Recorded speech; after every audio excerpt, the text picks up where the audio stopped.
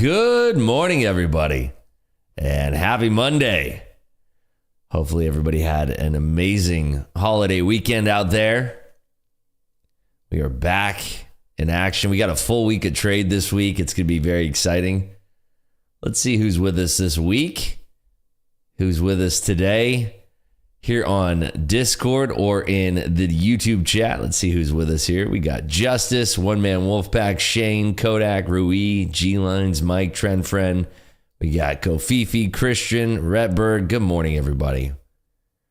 Morning, Midland, Ricky, Smoof. Are we ready to have some fun today? Today should be very interesting. Good morning, futures trading today. Good morning, Andreas. So today, good morning, Big Mac. Today we are very light on data in the pre-market session here. In fact, we don't have any meaningful data that's coming out until 10 a.m. today. So it's going to be mainly about the market structure here, which we're going to draw together here, starting with the 4-hour chart on the NQ. But this week should be very interesting because this week is going to be the final trading week of November 2023. November is finished up on Thursday here. That means Friday is December 1st. And as I said in previous streams, this time of the year is generally some of the best trading you're going to get. The Q4, Q1 are generally some really good price action months in the market. So should be really, really fun to trade here. Morning, Kenry. Good morning, John. Jonathan, good morning, good morning. So today on the schedule today, we do have the new home sales coming out at 10. We do have the Dallas Fed manufacturing activity out at 10:30. We have a bunch of bill auctions. We have the Treasury 6-month bill auction, the 2-year note auction, a 3-month bill auction, and the 5-year note auction. That's all coming out today. And that's going to kick off right at 11:30. So Euro close is going to be when that 6-month bill auction is, as well as the 2-year note auction. Morning, Pop Pops. Good morning, Big G-Ski. Good morning, good morning. So that's today. We got a bunch of auctions today. Tomorrow, we do have the Redbook retail sales that are going to be out during the live stream here. We got the FHFA Housing Price Index. We have the Q3 House Price Purchase Index. We have the HPI, which is going to be interesting. That's out tomorrow at 9. We do have the Richmond Fed Manufacturing Index and also the Consumer Confidence reading out at 10 a.m. tomorrow. Good morning, Jim. Kodak asks, if new home sales come lower, market goes up. Generally speaking, so we talk about this a lot, but the Fed is looking for us to kind of recede a little bit. Not to go into a recession entirely. We want a soft landing, but we want prices to come down. So if home sales are continuing to go up, that means that prices have not reached an equilibrium yet. Instead, they are still out of control. We want home sales to be down because prices are still too high. But if for some reason, the home sales data came in that the prices dramatically dropped and home sales spiked up, that's different.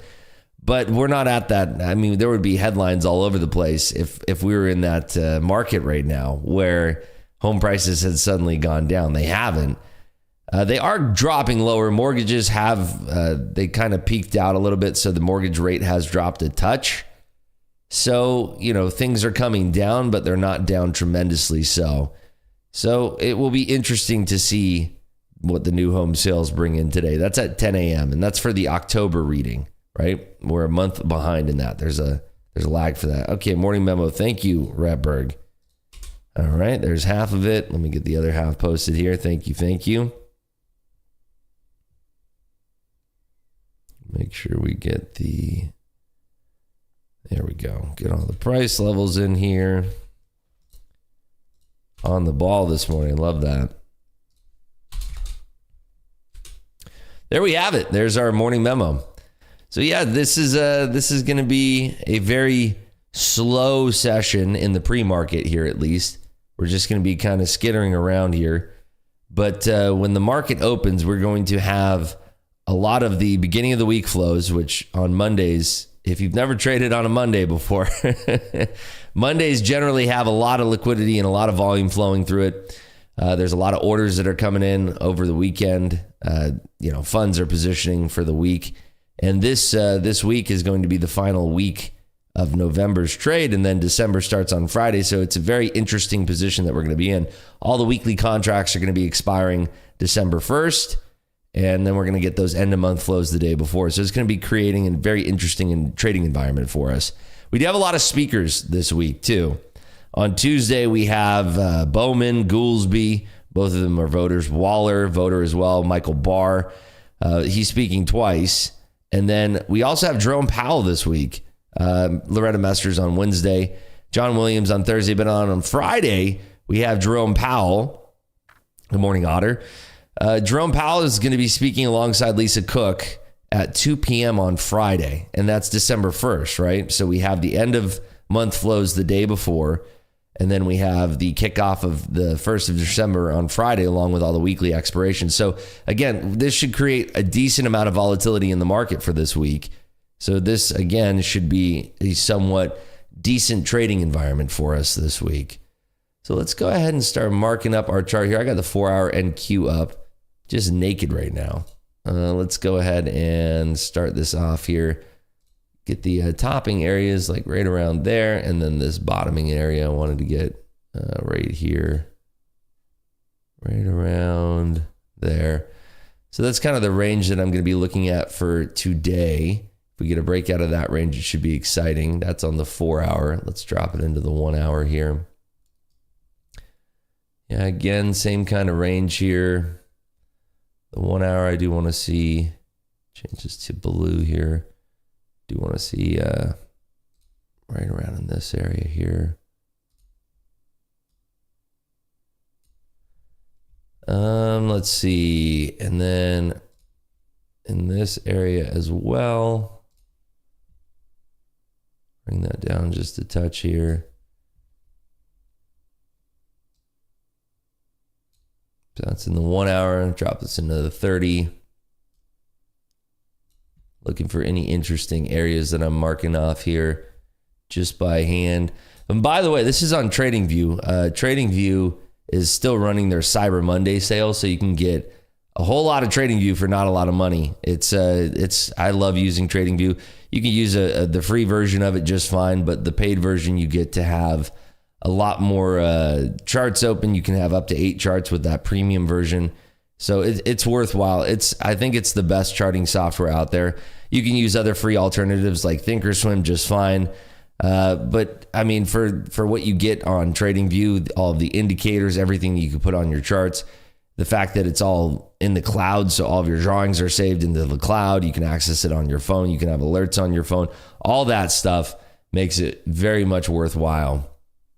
Big fan of it. All right, let's see here on the 30. There's also a little bit of an area here that I want to be watching as well. Get this yellow here.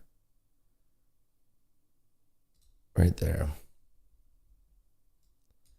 And let's drop it down to the 15 and see where we're at here. Okay, yeah, I like where we're sitting here. So yeah, you can see overnight we kind of double bottomed here. We had this this line here at the bottom, that 942 3/4. Kind of double bottomed here, and we've since launched off that area. That next level of 987 1/4 was sort of the next blast off level. So now I want to see if we can kind of find ourselves in the pocket here, up above 16,025 up to 37 there. A push above 77 3/4 today would be very interesting. I do want to see one more here up at the top, get a green line going, go into the hourly here. Oops. Right there. All right, cool. So there we go. We're all marked up now for the day there. Good morning, Jiva. Good morning, X4M. Good morning, Kenneth. And good morning, Sam. Good morning, Otter. So for the likes today, we want to hit a total of 105 likes. If we get 105 likes, we will stream into the open today. If we don't hit that, we're going to continue to stream in the Discord here. Good morning, G-Fish. Any SPY levels? Yeah, I post those. The SPY levels are posted every single day in Clubhouse on the morning memo. I don't share those here on the stream. We just kind of focus on futures for this stream. But we do have some interesting levels that I do post in the morning memo on the Discord.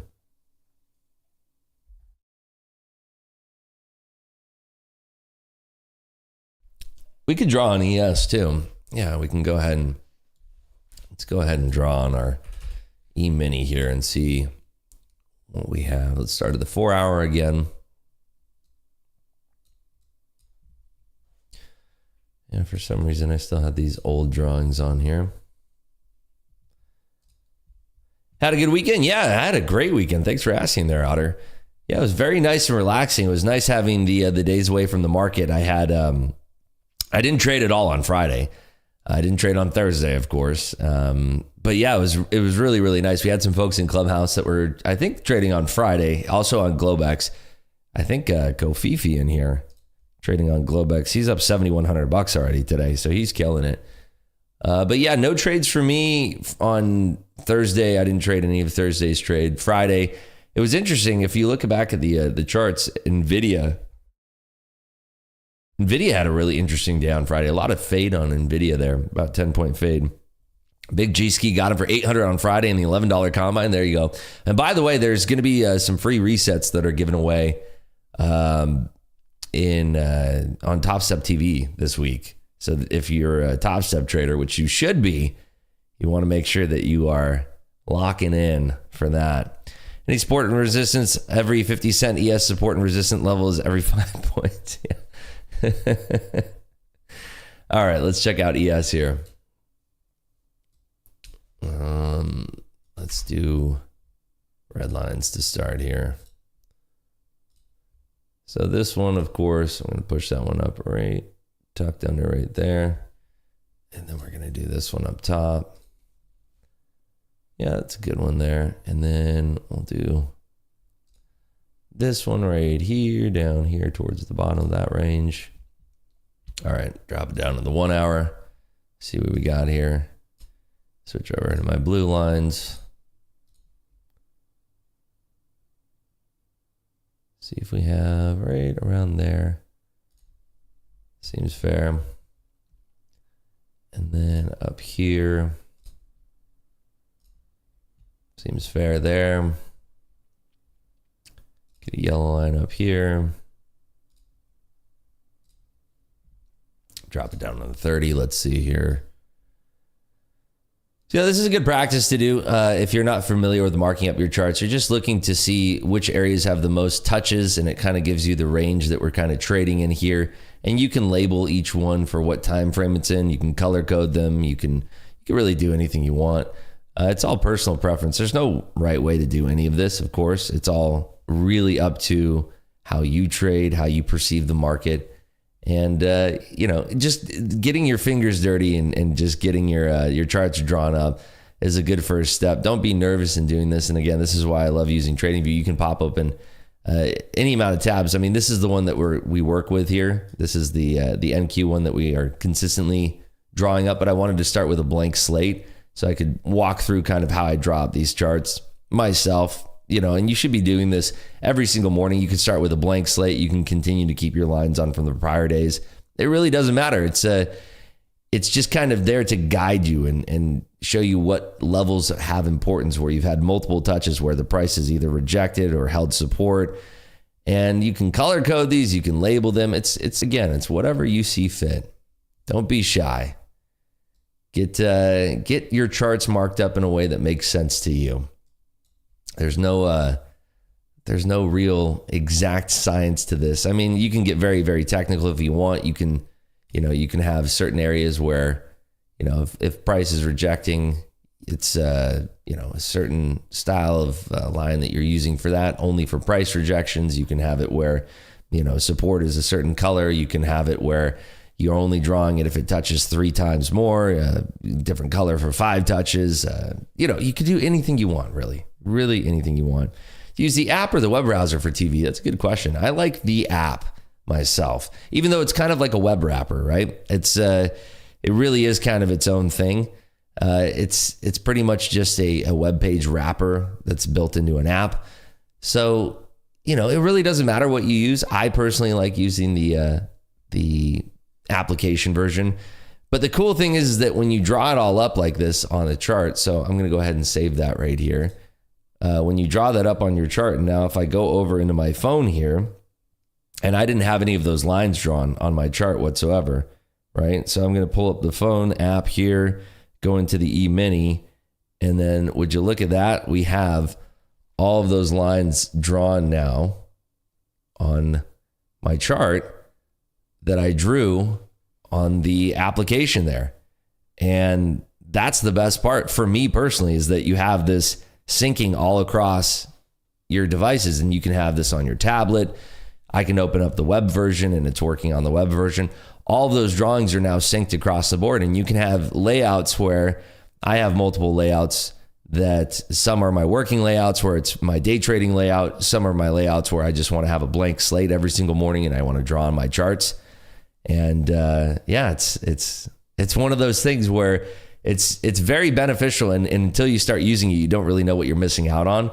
And you just don't want to be shy doing this stuff. You just want to kind of start doing it and get your fingers dirty. Like I said, just get into it and just start drawing on your charts and see what happens. And you might find that you have a real, you have a better outlook on the market for the day when you have these lines drawn, because you're confident in them and you know that, you know exactly where they came from. You know that, down here, I'm going to make this red actually. This is an area where we kind of bottomed out and we've shown that we have a lot of strength there.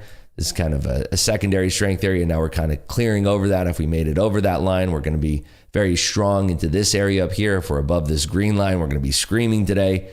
And I guess we could even have a line all the way up here at the top of this candle right here, right there.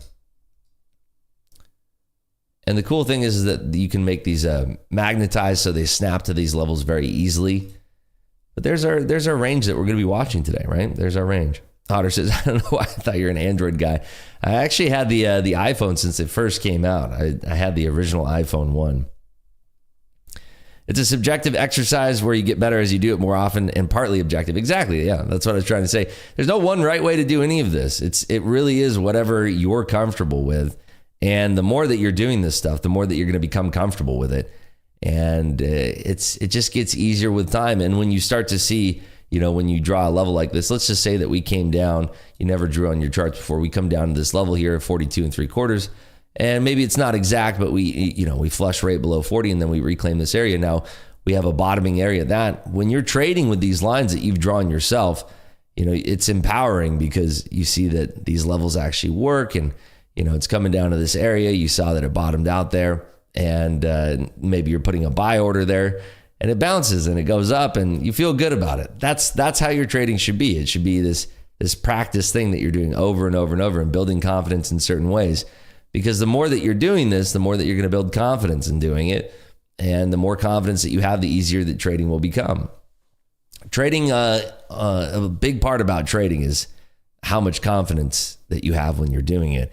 If you have a lack of confidence in your trading, you're not going to have a good time trading. Trust me. If you're not confident in any of the trades that you're taking, you're going to be sitting there kind of wallowing and questioning what you're doing. And you got to have confidence in every single trade that you're making.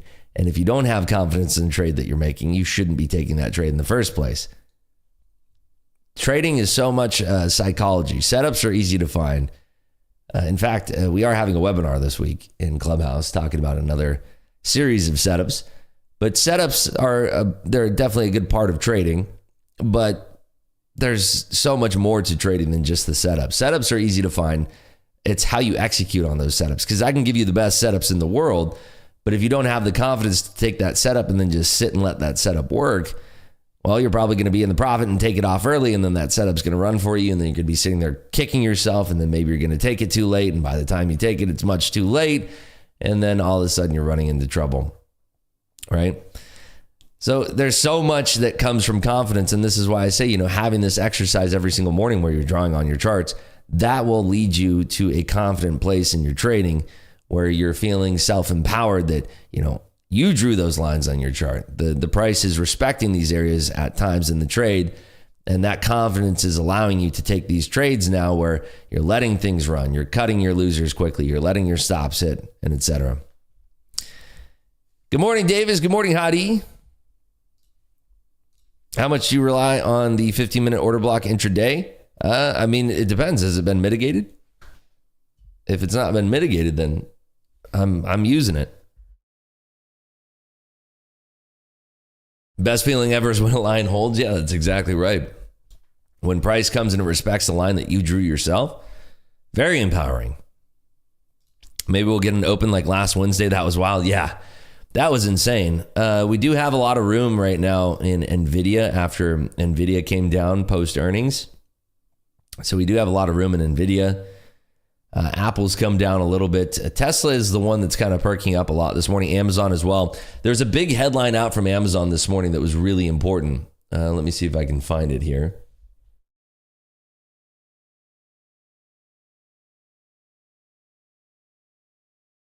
So get this. Amazon reportedly surpassed UPS and FedEx in U.S. parcel volume in 2022, expected to widen the gap this year. That was the press release that they put out. Is the Top Step TV on the Top Step website? I would like to catch that reset offer. It's on their YouTube channel, yeah. And G-Lines posted that there. But yeah, it's in there. It's on their YouTube channel, which I think is just youtube.com/@TopStep, I believe. Let me just double check here. I believe it's, yeah, just Top Step Official. So youtube.com/@ and then Top Step Official. That is how you get to their live stream. So we're at 61 likes here. Make sure you guys are pumping this thing up. We get to 105 likes. We will stream in through the open, which we are going to need to do, given that, you know, the data is very, very light this morning. The first interesting data point is going to be out at 10 a.m. That's going to be the October new home sales, as I said. So tomorrow's schedule, we will have the Redbook retail sales here on stream regardless, even if we don't get enough likes. The September FHFA housing price index is going to be out at 9. The Q3 house price purchase index also out at 9. And the HPI also out at 9. And then we have the Richmond Fed manufacturing index, Dallas's Fed services activity out at 10 and 10:30. Lotto into the news in 6 minutes. There is no news that's coming out there, Stacks, that I'm aware of at least. If there's an 8:30 release, please let me know because I'm not aware of any of it. We do have the Fed discount rate minutes that are going to be out tomorrow. That's going to be at 2 p.m. Good luck there, Celsius lover. He is taking along there at 19 3/4. What flavor today? We are drinking, what is this here? We have Grape Rush today for Celsius, for those of you playing the home game here. So tomorrow's going to be all about speakers, though. Yeah, just like your avatar. Yeah, so tomorrow's going to be all about speakers. 8:45 in the morning, we have Michelle Bowman. There always is, I think, at that time, or an algo move, so I always prepare. Yeah, bottom of the hour, usually going to be algo moves. But yeah, this is the day after a holiday weekend, so generally speaking, they kind of curtail the news releases at 8:30, usually. So let's see. Right now, yeah, we are about 5 minutes away from the bottom of the hour. We should see some flows coming in. Be interesting to see.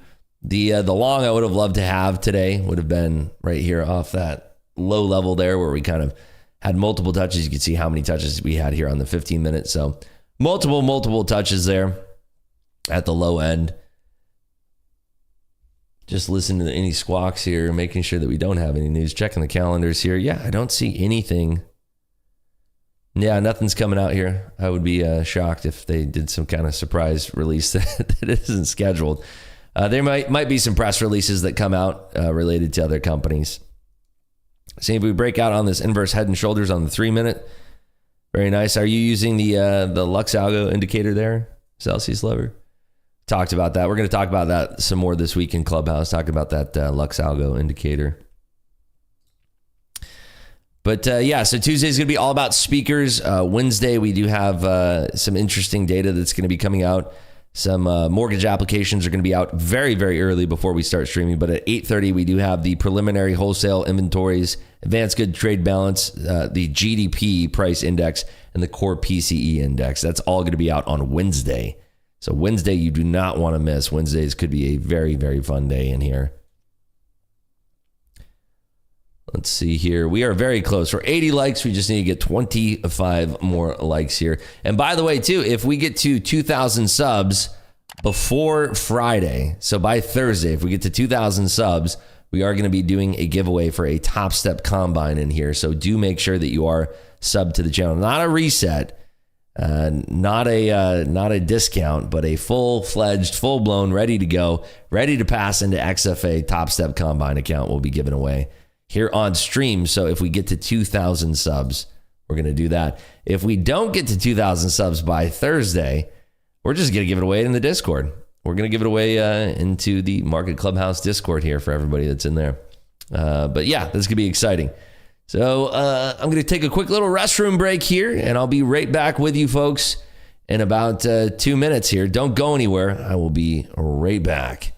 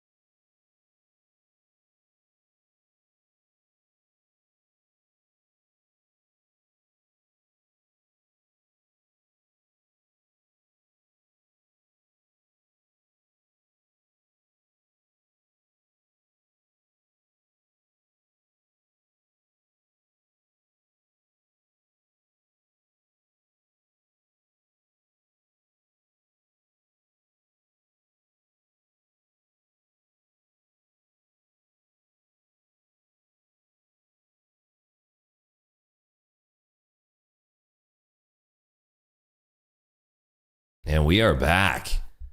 So did we get any inflows here for the bottom of the hour, which was just about a minute ago here? Bathroom pump incoming. And we had a little bit of a perk of volume there. Nothing too crazy. So we did almost come back up to that line here, that sort of resistance that we've had. This yellow line of resistance up at 16,025. Market makers are still on holiday. They're missing. We got to get them in here watching as soon as possible.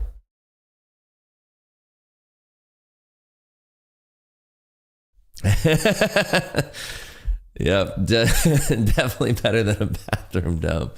That's for sure. So let's see. All right, if we're going to have any kind of resistance up here at this 20 level, there's a good chance that we could make it back down a little bit, potentially even back down to 16,000 or so.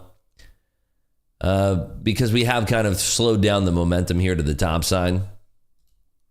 But it's difficult with no data coming out. Like I said, the next data that's going to be out here is going to be not until 10 a.m. So it's going to be a little bit slower than what we usually expect here on a Monday. Some Mondays are going to be like this, but especially so after that holiday weekend. So I do want to see if we are going to hold up here. If we do have some buyers that are firming up between 16,015 up to 20, could potentially take this long, looking that 25 is going to hold here. This was prior resistance here if we're looking on the 15-minute. Prior support right here. Sorry, support, not resistance. Prior support here that broke down early into that Friday session. And so if we're going to reclaim that, this is kind of where Friday broke below. If we can reclaim up above that 25 and show strength there, there's a good chance we can be auctioning up above towards a 77 3/4 there.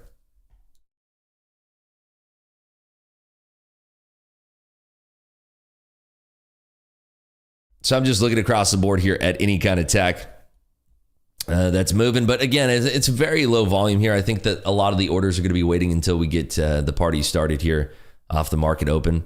Good morning, Mobisher. Can resist the tempting short from here. Short 1 micro to satisfy the addict in me. Yeah, I guess we could trade some combines here. I mean, it is slowing down a little bit.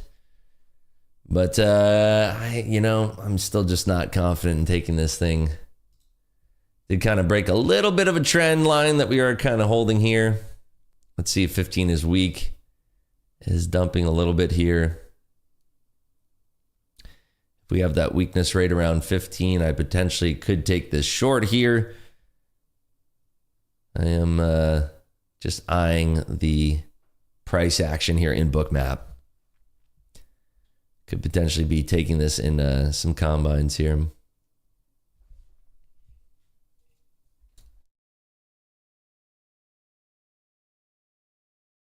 Yeah, we are holding those 15s still. Price action very, very dry.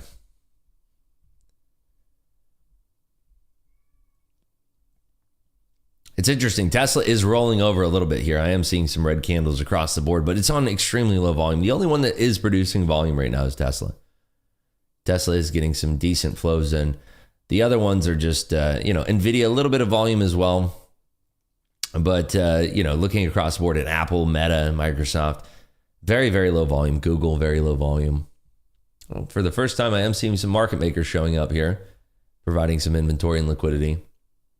Seems like they want to hold the price here between these levels, 25 down to 16,000. So let's see if we have kind of any weakness here, if the price is going to be held up at these 15s.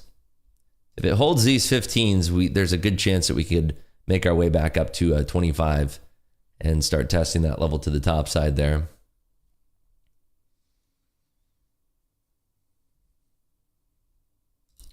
Point of control at 947. Thank you there, Otter. Is it really that low? Let me see what I have here on mine. For some reason, I got 999 3/4 for mine. For my point of control. So they are trying to sell this here. I am seeing some bigger sell orders coming in.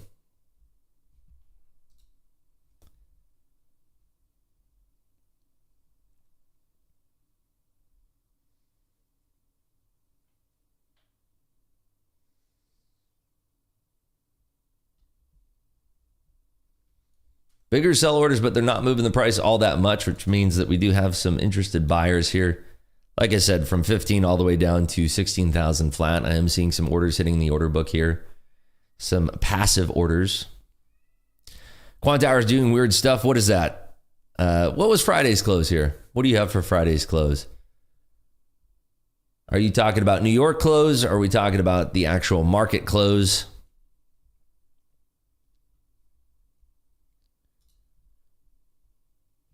Yeah, because 15,000 is showing a little bit of weakness. Volume is picking up a little bit here, but not all that much.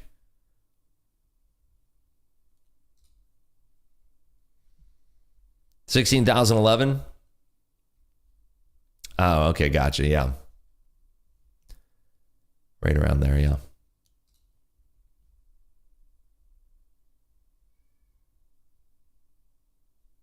I wasn't sure if you were talking about.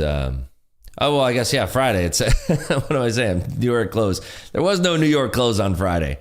It was a holiday. I'm still thinking we had a full day of trade on Friday.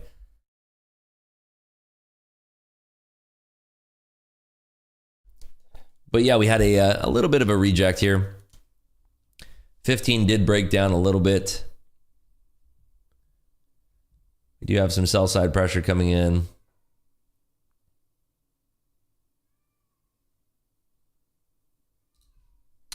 Let's see if this copies here. I'm going to try to copy this amongst some combines here. I'm going to take one lot short.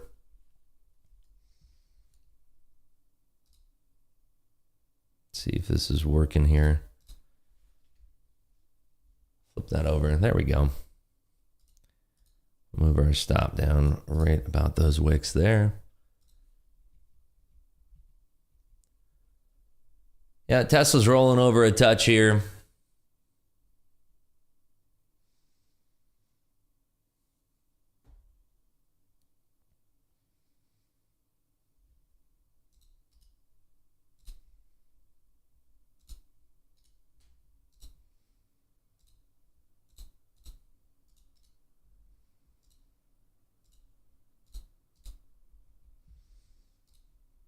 Still showing some weakness here. See if we potentially want to add into this at all. We should see some resistance right at 16,000.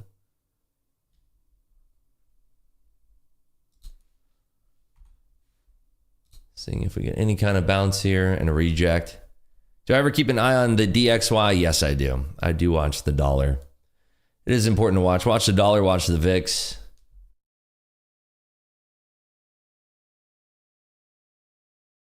Mitch got the premium Lux Algo package. Very nice. Yeah, I do have a link for that. I did post here in the Discord. I can post this on YouTube for you folks here. Let me see if I can find this link still. Here we go. There's the link for that Lux Algo coupon. They're still doing a Cyber Monday sale, so that is a good deal. But we'll talk about that in Discord as well in the stream sometime this week when we have some time to talk about it. I'm adding 2 more lots here, seeing if this is copying correctly. I haven't traded with the trade copier in a hot minute here.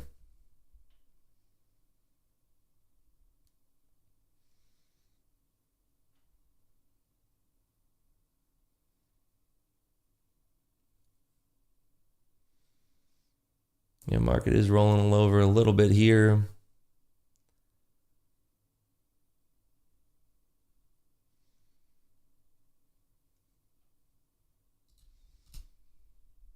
See if we can get this breakdown down towards 16,000 or so. That's what we're looking for on this trade.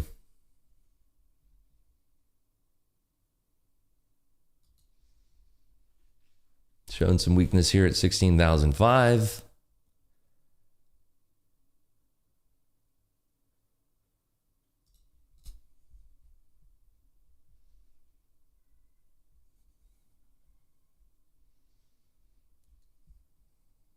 Move the stop down here.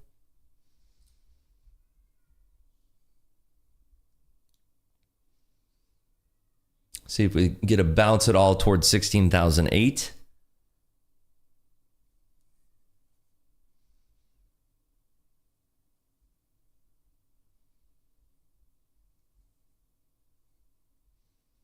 Okay, there's that 16,008. This is the bounce I'm watching for here.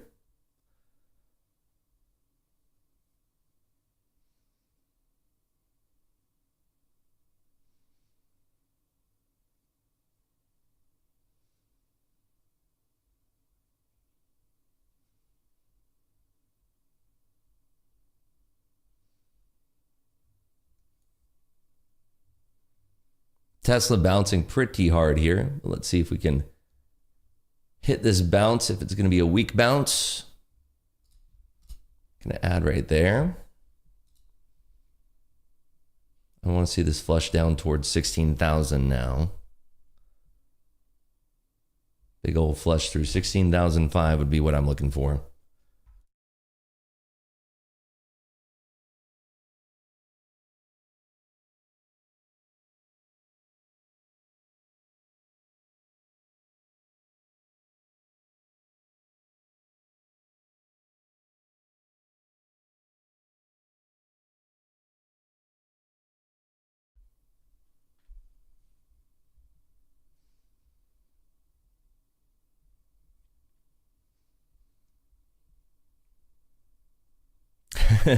Rips is very chill and calm today, feeling like a 1 a.m. radio show. And we try to keep things different here. Some days it's very exciting. Some days it's just more chill and relaxed.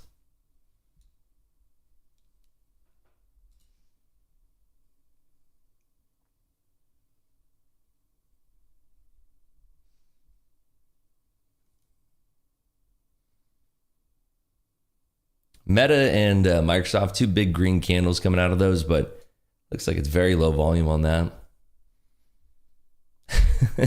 Rips is still on vacation mode. Yeah, definitely was not waking up this early during vacation, was trying to sleep in as much as I could while I could. Well, I still could, you know, not waking up for the stream. Was able to sleep in a couple mornings, which is pretty rare for me. I rarely ever sleep in.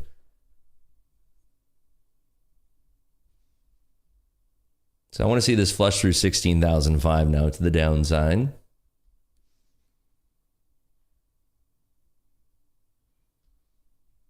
It should get very violent here through 16,005 and tag around 16,002. So watching for this to break down right about here. There's a little bit of resistance here at 16,005 that we do need to get through.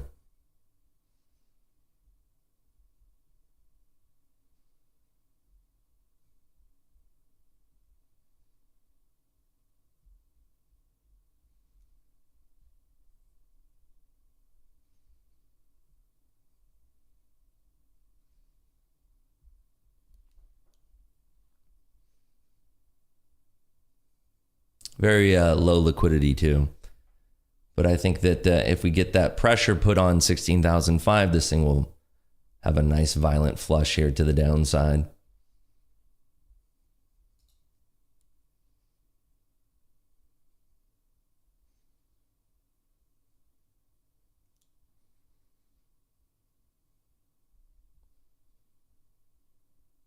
There's that heaviness at 6. Let's see them punch through that 5 now.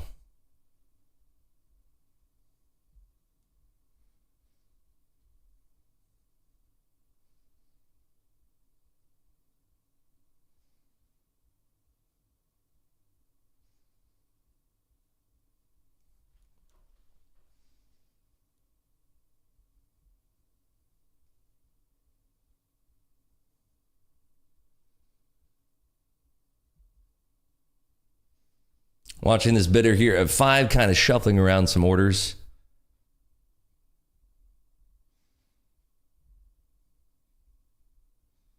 Can't get through them yet, but I think if we just lean a little bit harder, they can punch right through this guy.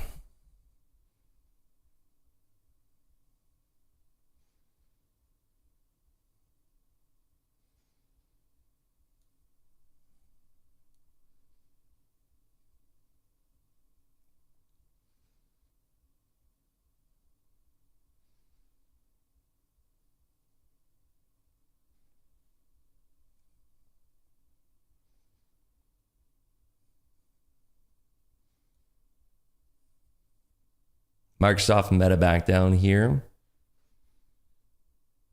Little shuffle here. Here's that 5 push that I'm looking for. There's that drop. Can I get a fill? See if I get that fill. There's 5 out. Another 5 out. I'm going to move my stop to break even. So that was the flush I was looking for through 5. Just needed to blow on it a little bit, just a little.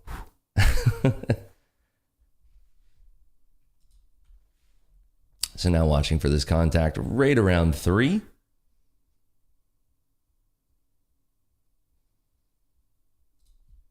See if I can cover 2 into that little area right here. Might have to chase that up a little bit, but let's see. Okay, 2 more out. I can move my stop down now, right around there. All right, let's watch this now. Should get that blow right down to 16,000. Blow on it like a Nintendo game. Exactly.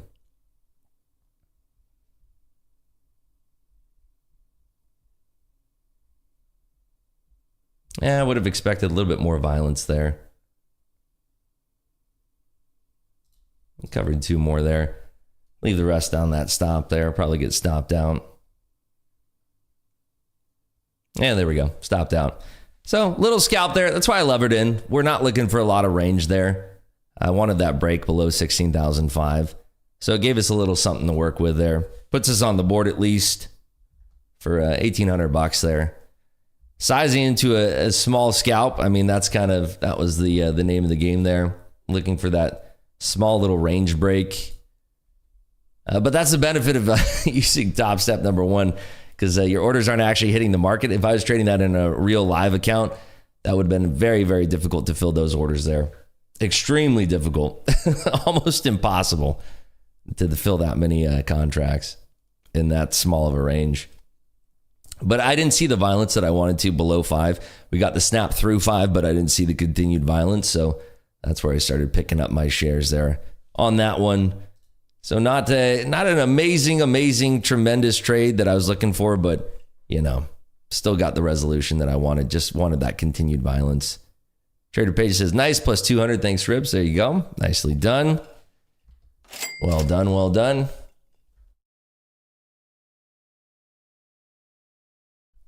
Yeah, very, very scalpy there. Yeah, now it might come down and flush on that. We had that wicked little bounce there up above 16,005, but that was my line in the sand. We get above 16,005 like that. I don't want to continue riding on that thing. The German government cabinet agrees on new 2023 supplementary budget. So that is the latest hitting the market there.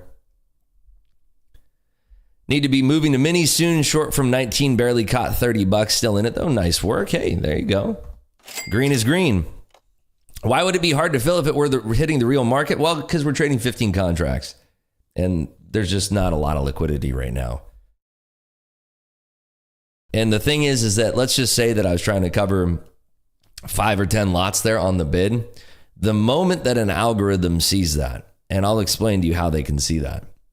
So an algorithm comes along and I'm sitting there on the bid and I'm going to hide my order, right? I'm going to show that I don't have 15 contracts on the bid there. I'm going to show that I have 1 or 2 to cover, when in reality, I'm trying to cover 10 or 15, right?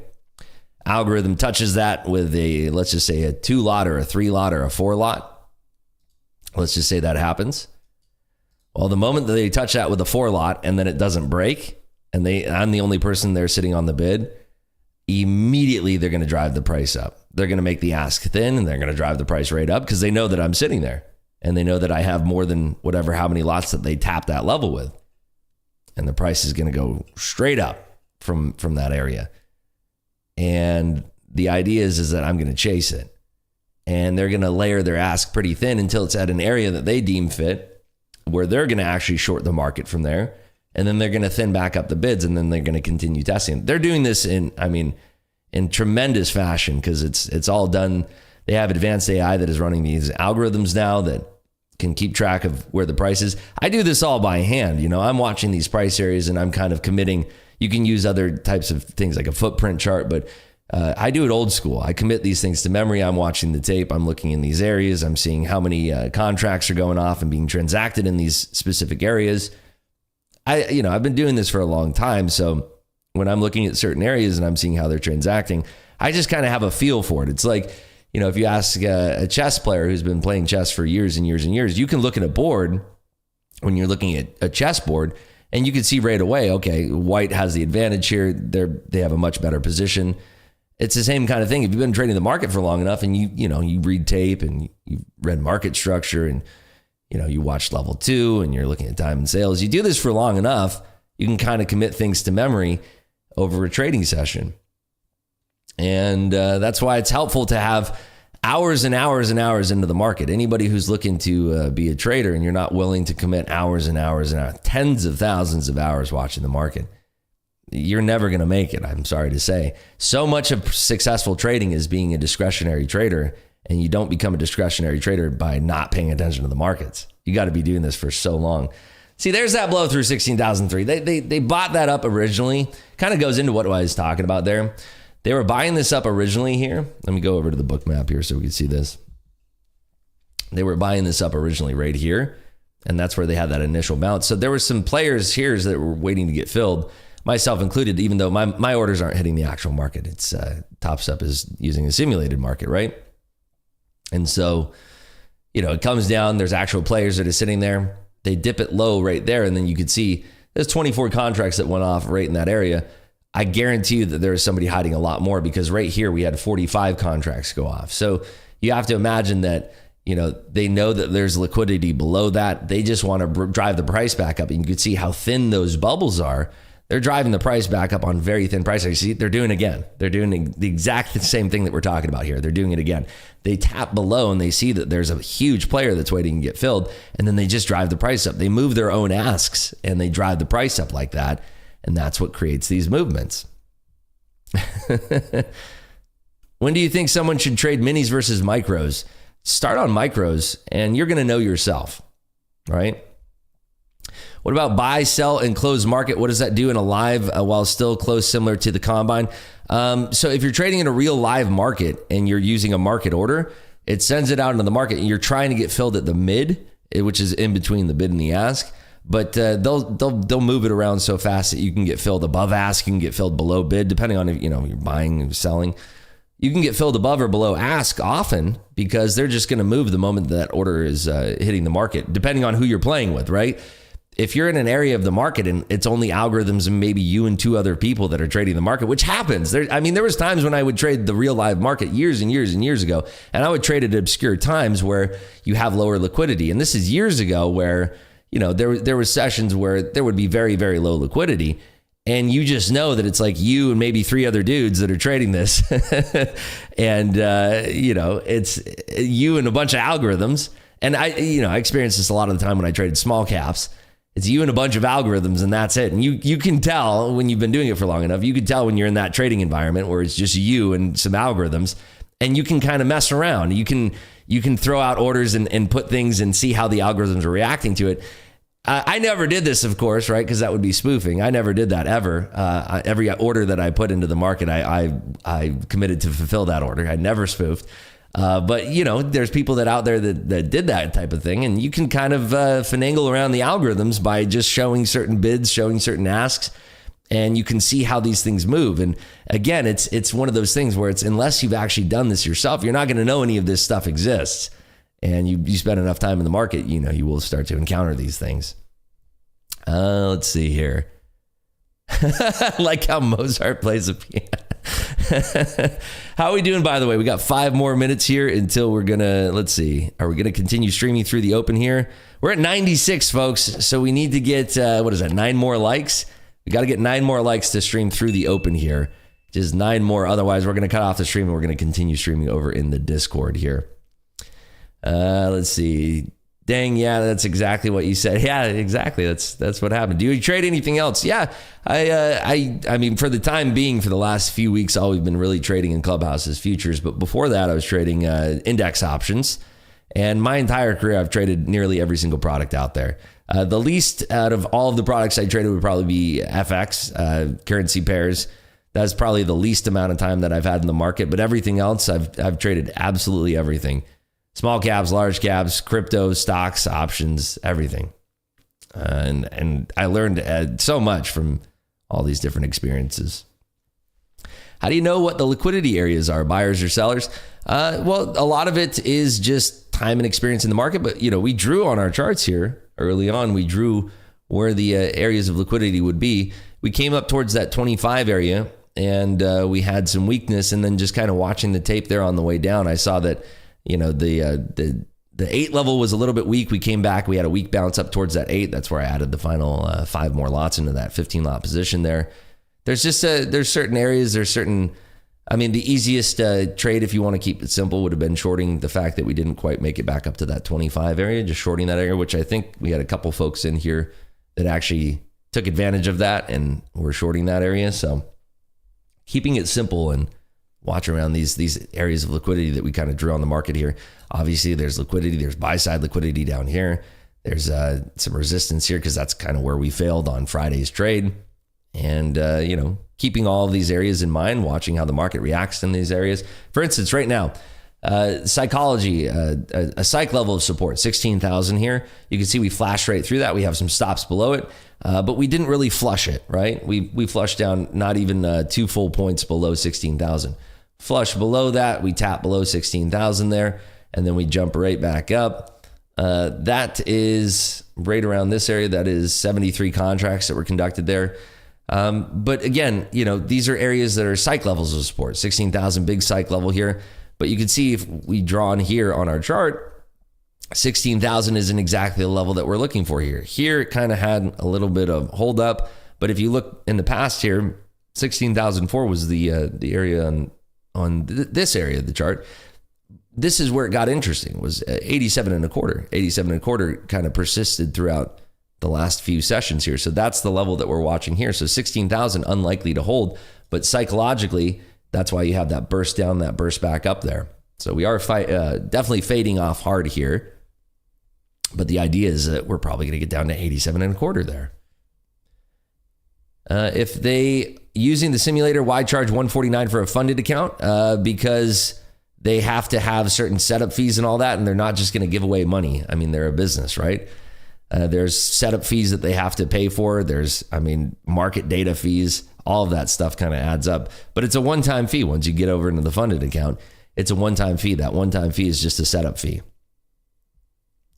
Yeah, you definitely can see in small caps after hours. Yeah, and that's, I had a lot of experience trading small caps after hours too, Davis. There was times where I would be trading monster size in the after hours in small caps, and you really start to learn who you're alone with at those times. There's barely anybody that's trading, depending on the time of day, what ticker you're trading, what the market cycle is. But there is often times where I'd be in a precarious situation there after the bell, and I know it's just like me and 3 other liquidity providers and maybe a couple knuckleheads that are sitting there, and you got a lot of size to unload, and it's not a fun position to be in.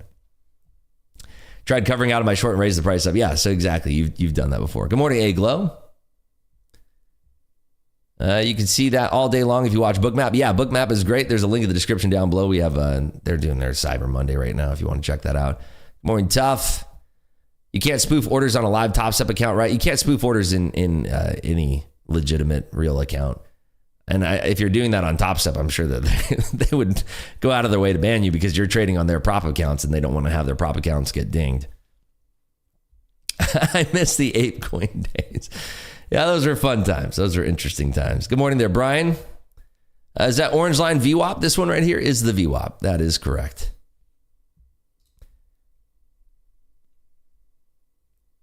Yeah, Celsius Lover says expect slippage. That is right.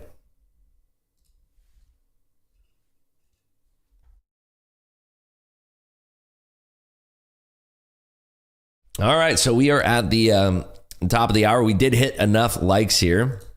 We do have 123 likes. And again, if you guys are not subscribed to the channel, now's the perfect time to subscribe. If we do get to 2,000 subscribers here on the channel, which we're less than 200 away, or just less than 300 away. I think we're like 250 people away. So if we get 250 subs by Thursday, we're going to do a giveaway for a Top Step Combine in here. And if we don't, then we're going to give that away in the Discord. ECB's Lagarde is speaking right now. For some reason, I don't think I had that on my schedule. Yeah, no, I didn't have that on my schedule at all. Amazon just reached a deal with Spanish workers. Let me see here. I am not seeing that on my end. Let me check my news sources here. I'm not seeing that on my end for some reason. Adobe expects Cyber Monday sales $12 to $12.4 billion. Geez, that's a lot of Adobe subscriptions there. A lot of people using Photoshop. Oh, it was on CNBC. Interesting. I don't know why I didn't get that. Very, very interesting. So we are now less than 30 minutes away from the market open. These are the levels that I'm going to be watching today. It should be pretty interesting. If we do break below that 42 3/4 level, I'd be pretty shocked. I do want to go ahead and put another level in just in case that we do break below that here. Go to the 4-hour chart. Let's do that. Get the red line in here. Yeah, right around here-ish. There we go. Go back to the 15. Cool. Yeah, we are making our way lower here. That 16,000 is broken down through.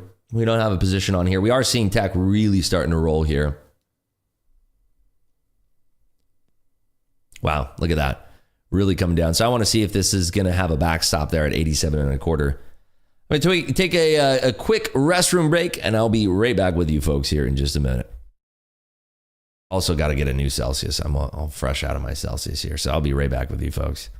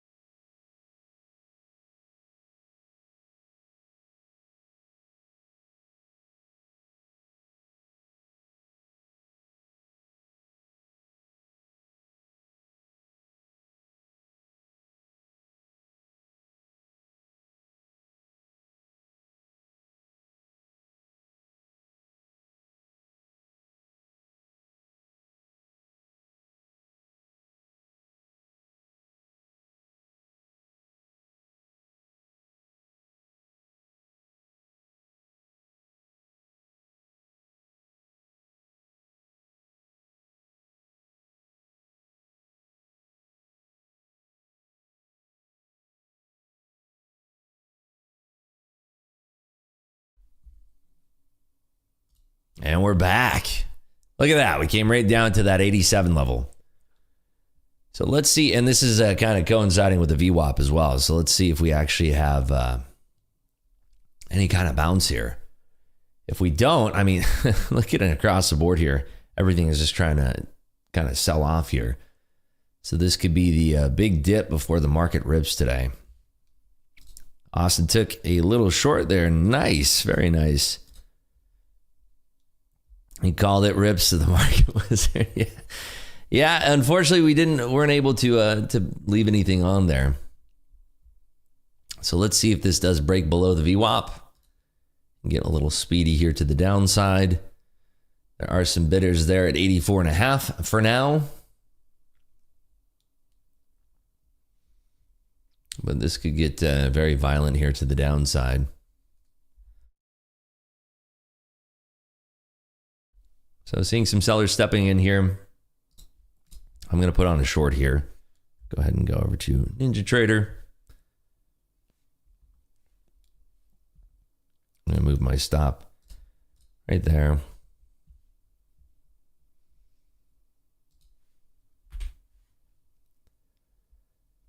Yeah, this thing is looking a little bit weak. I'm watching to see if this is going to bounce at all.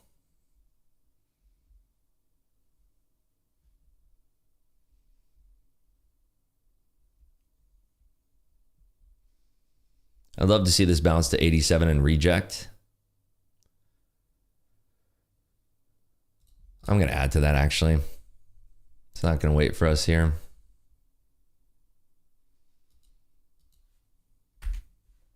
We have some bidders there at 80. I want to see that breakdown with some violence there.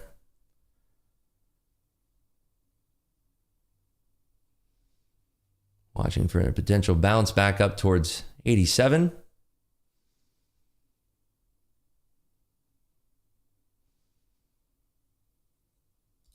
Adding into that right here for this push down through 80.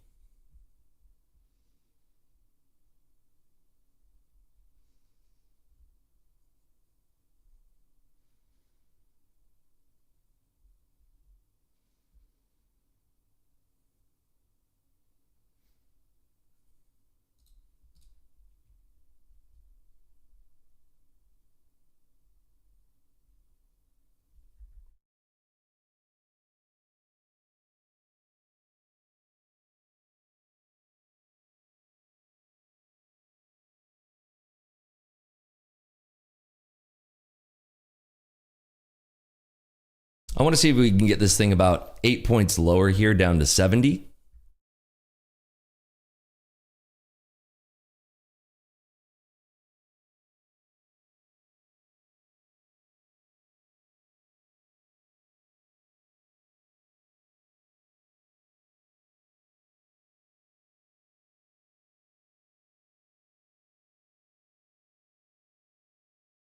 I am seeing SPY firming up a little bit here.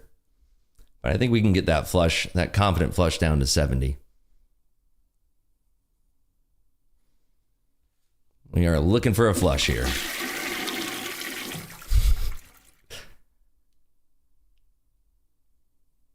Here comes 75 on deck.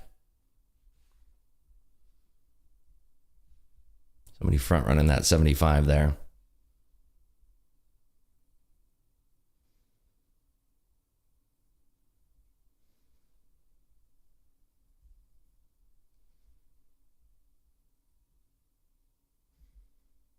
A little front running there to that 75, but we still have some strength to the sell side here.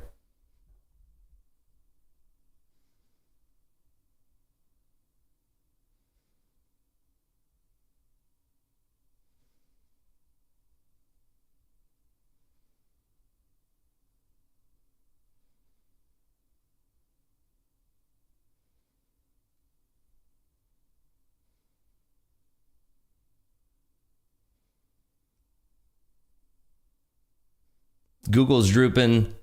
Apple's still a little bit to the sell side there. We have a big bidder showing up at 77. I want to see if we can crack through this bid here at 77. It'll give me some temperature on the market here. 75 bidder there at 77. Yeah, right now he's scaring the price right back up.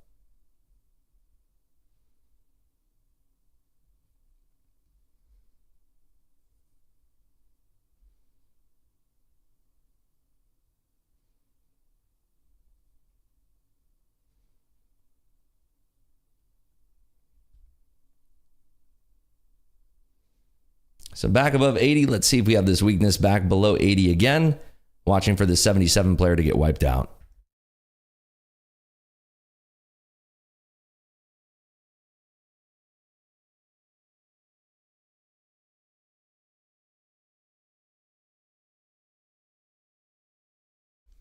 We do have about 17 minutes here until the market opens. Seeing if we're swiping this liquidity here to the top side or not. Right now it is scaring it lower. So I want to see this 77 player get wiped out here.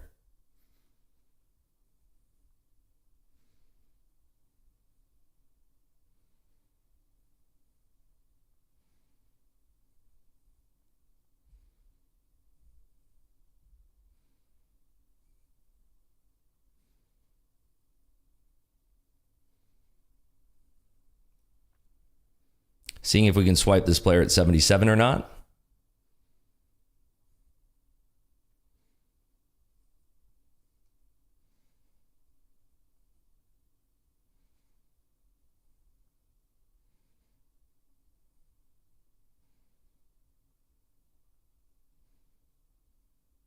A little bit of trouble right there. Somebody keeps front running now that 77 player, so I'm just keeping an eye on that. Back above the 80s here.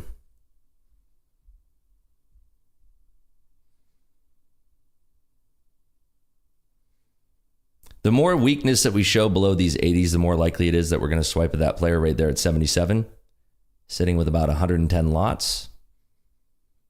The moment we could touch him too, he could just vanish. So that's the other thing I want to watch, is that we haven't touched his order yet. That's kind of what I'm watching out for here.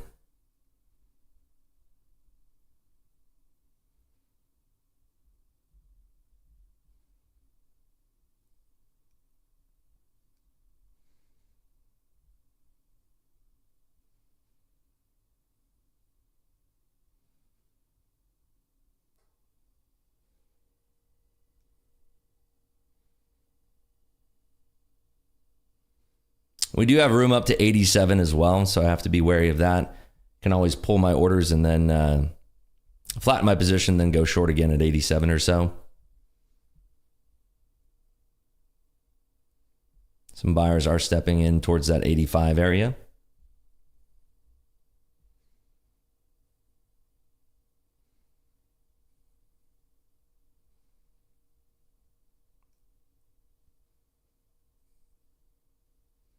Some green candles come in on Nvidia, Meta, and Apple here.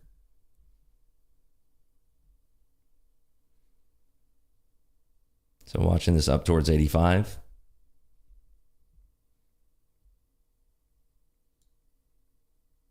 Couple buyers stepping in.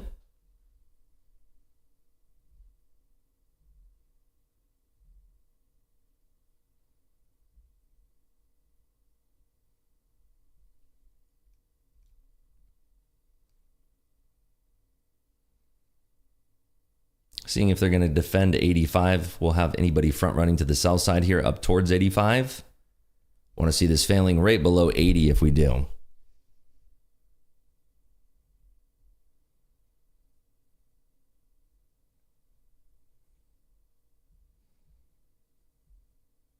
We are about 14 minutes here from the open.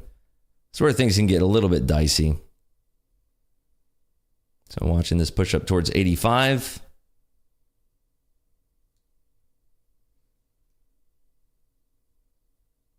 Right now rejecting that push towards 85, which is what I want to see, but I need to see that weakness persist below 80.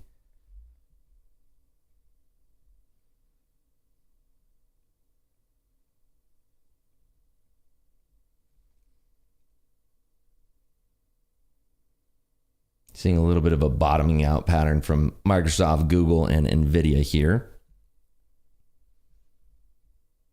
So just seeing if we have this weakness right around that 80 area.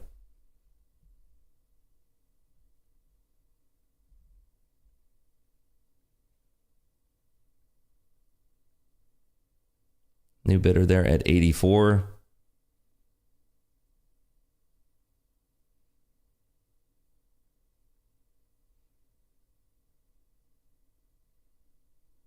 Still not interacting with that player at 84. He's got 42 lots.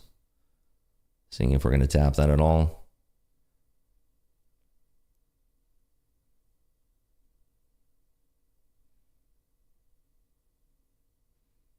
So push up towards 85.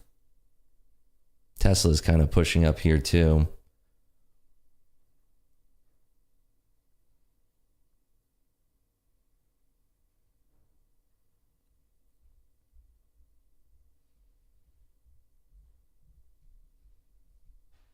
So selling into that player there at 84, but not showing that persistent weakness that I'm looking for. Yet. At least yet.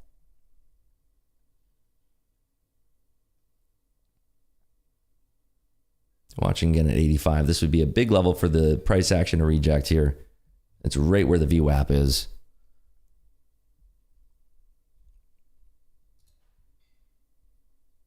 We don't have any bids until we get back to that player at 77. No meaningful bids. We just have algo stacks.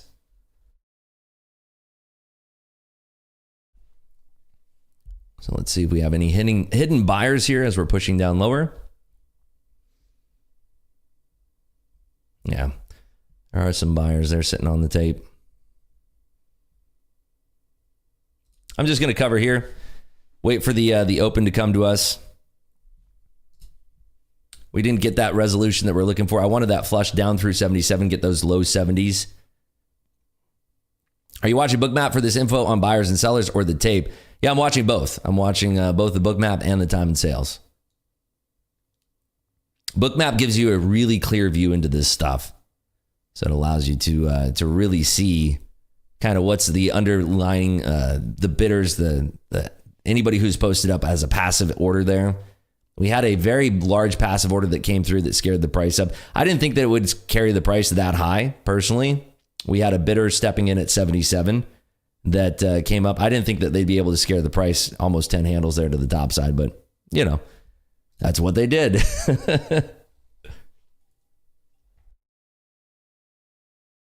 So we have the open here coming in less than 10 minutes. That's where I'm probably going to be waiting for our next trade here. You can see here on TradingView, we push right back up to that 87 level. This is where I'm watching for weakness now. We did have a big, tremendous flush there to the downside, so I'm watching this area for weakness. So we'll have to see here whether or not that 87 is going to be a rejection point. If it is, then we can probably take this market short again, targeting that 42 3/4. And if it ends up being a little bit strong through that 87 1/4 level, we do have room up to 16,025. Am I sponsored by Celsius? Not yet, but we have moved on to the lemon lime flavor here. I'm not sponsored by Celsius yet. But I think perhaps soon in the future, if there's anybody listening out there from Celsius, very interested in talking. Bathroom breakdown.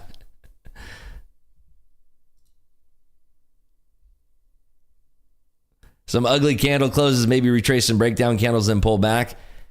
Yeah, potentially. Depends on what time frame you're looking at there. I mean, we have a nice fair value gap here that we've created on the 15. Right between these. Well, we're in the process of creating it right now.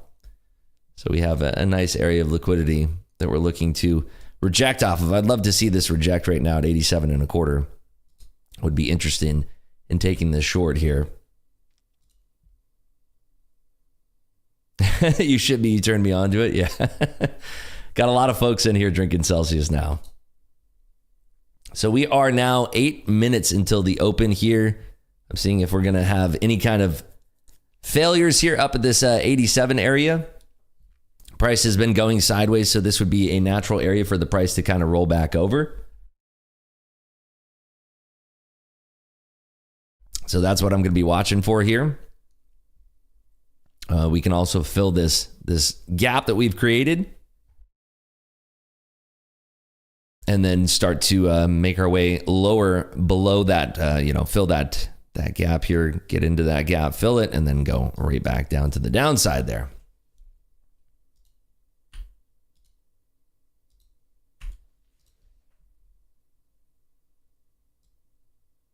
So price was very, very strong ever since we saw that bidder. This guy right here, that 77 bidder that stepped in. The moment that they came right on the tape, that scared the market tremendously. And then it just kind of went straight up from there.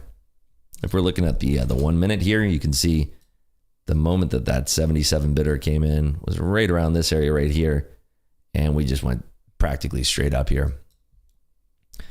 So we'll see if we make our way higher here, fill this gap. If not, there's a good chance that we could be auctioning down towards the level that we're tracking here, which is down at 42 3/4.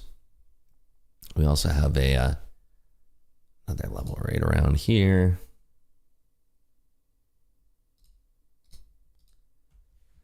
That is sitting at 70 3/4. That was my original target on this short here, was right around the 70s. So we were looking for another 7-point flush there. So looking to fill this gap here on the 15 minute. Drop it into the 5 here.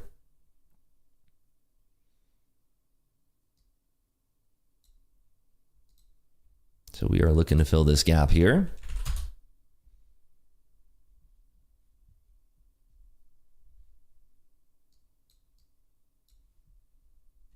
Yeah, let's do a poll. That's a great idea. Let's do a poll here. NQ today, up or down? Up, down, and let's do unchanged. All right, go ahead and vote here on YouTube. Let's see what you guys think here. Are we going to end up or down in the NQ today? Your votes are anonymous, so please vote with honesty here. Right now, we are kind of neck and neck here. The ups are leading. Got 15 votes in, kind of. Now we're just completely tied here. So some folks are saying that we're going to get some downside pressure here on the markets.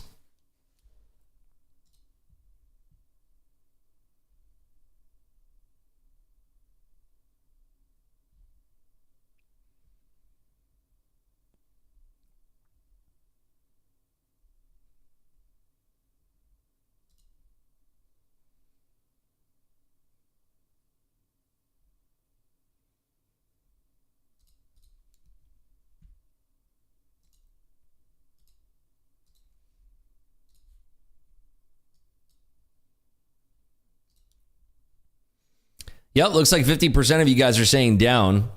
Make sure you guys are hitting that thumbs up button. Make sure you guys are subscribed to the stream here. We have less than 5 minutes now until the market open. Make sure you take those bathroom breaks. Make sure you guys are calm, cool, and collected. And let's see if we can get some meaningful price action today that's worth trading. Remember, the first data point is coming out today at 10 a.m. That is the October new home sales. And before that, we just really have pure price action. So first 30 minutes are going to be a lot of orders going off, hitting the markets here. I'm going to be looking to see what happens after we fill this area of liquidity that we kind of painted right below there.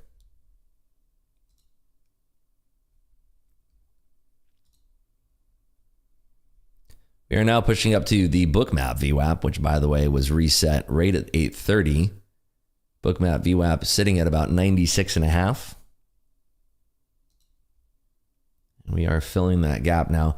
We have seen Apple and SPY sort of trending back up here, NVIDIA as well. Tesla's still middle of the road here.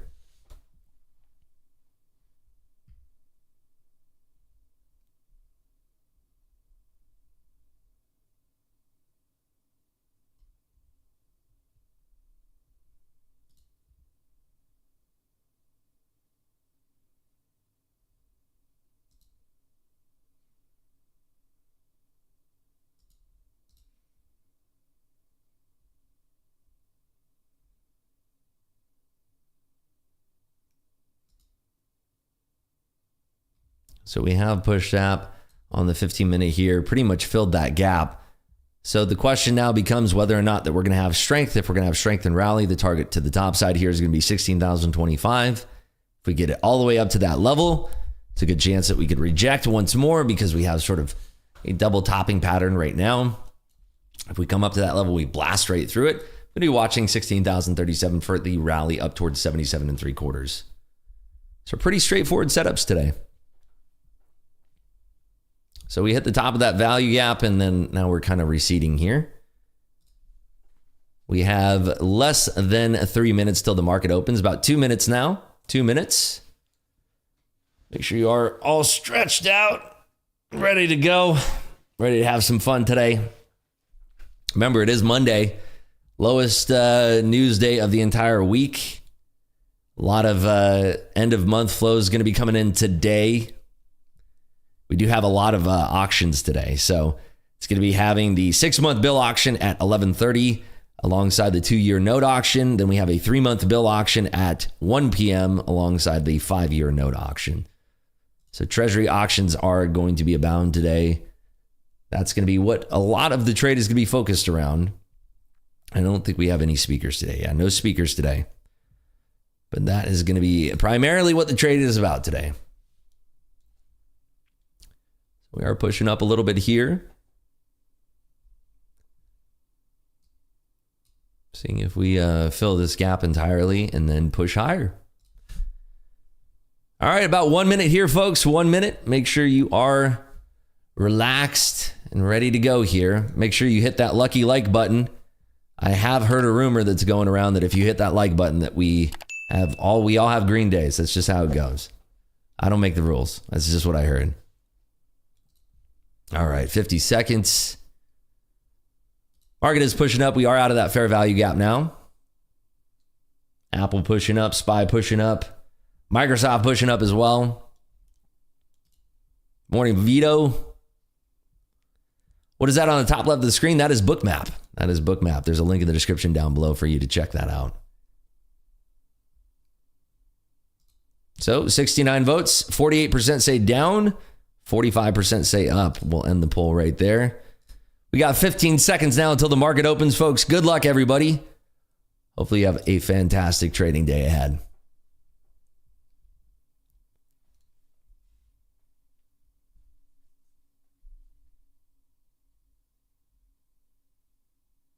Markets are open. I'm going to take that long here. Big burst of volume here to the top side. We are holding above 16,000, looking now for that 16,025 benchmark.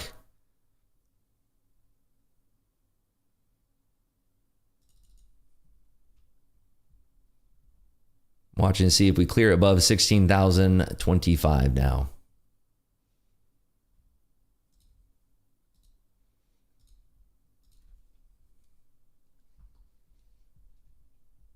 So we are clearing above 16,025.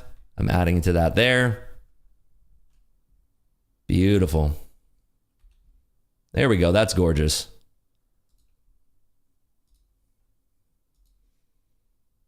Getting filled there. Down to 2 lots. Beautiful. And stopped out there. That was gorgeous. So that's going to put us up on the day there on that beautiful open. We're up $638. We made $4,100 on that trade there. Beautiful, beautiful, beautiful. Anybody else catch that gorgeous open rip there to the top side? Came right to our line in the sand here, by the way, at 37. Right to our line in the sand. We got Jared up 1,600. Boom, caught it. Very nice, everybody. Anybody out there in YouTube land catch that beautiful resolution to the top side? Rips here to go. Plus 600. Oohoo. Got it. $800. Close to 900. Up 2,000. Up 300. 2,500. Account passed now. Hey, there you go. Love to see it, folks. Beautiful, beautiful. I opened up that trade with only 2 lots, but I scaled it up to 14 lots there. So that was a doozy there. Good morning, ABD. Another account pass. There you guys go. Hey, that's what I'm talking about there. That was a beautiful open rip. And if we're looking towards TradingView, this is why we drew these lines together on stream this morning. Look at this, right to 37. Let me bring this down so we can see that. Right to 37 there. How about that?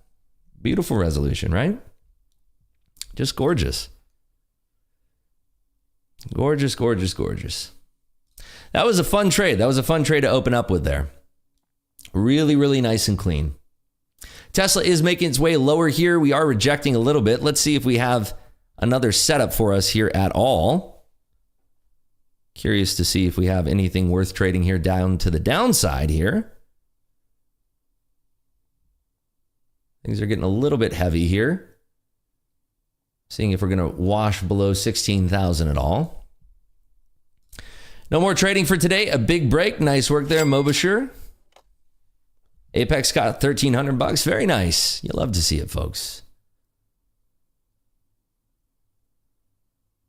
All right, I'm going to try this short here. I'm going to keep my stop pretty tight. Adding into that a little bit. Covering some here. Moving my stop just below break even.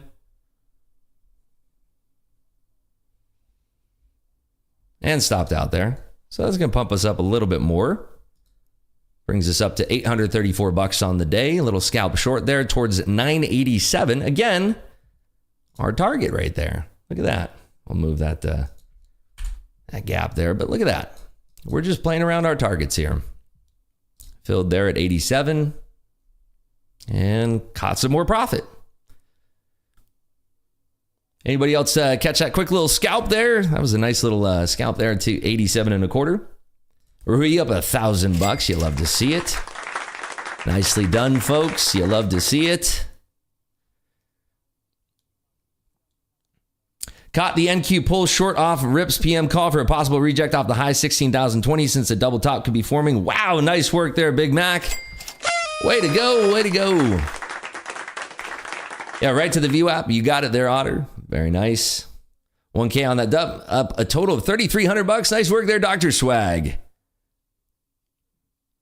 Wow, Fiddly Faddle up $400 there. Very nice work. Is that in your XFA there, Fiddly Faddle? I know that you recently got into your XFA, right? Yes, it is. Awesome. You love to see that. All right, we are pushing back lower here. Let's see if there is any setup here that I want to take. Look at this move, though. I mean, look at that on the book map there. Wow. Showing a touch of heaviness here. Trying to see if we're going to work through these orders or not. Not confident in taking it short here at 87 myself yet. It is almost like last Wednesday. That was a beautiful opening move there. Beautiful open rip. Just gorgeous. It really doesn't get much better than that.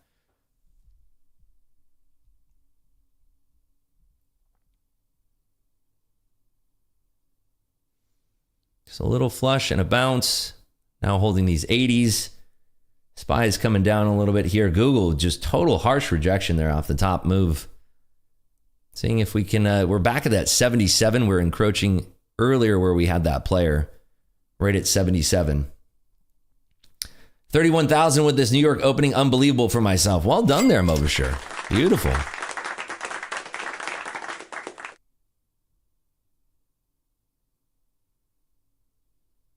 Wow, Tesla straight down as well. I'm going to take that short again since we're tapping into the 70 area. I'm going to move my stop pretty tight here. I don't know why that's not showing. I got the wrong account selected, I think. There we go. Very nice. I want to see this flush now through 70.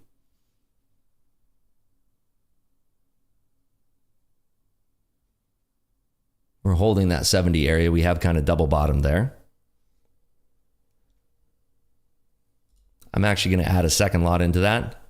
I want to see us push down through 70 here.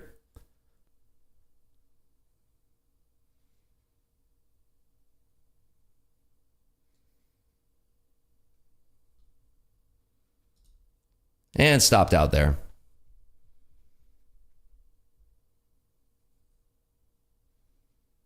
Watching again here, I want to re-enter this short if we do have the weakness here. Watching if we get up to 87 or so.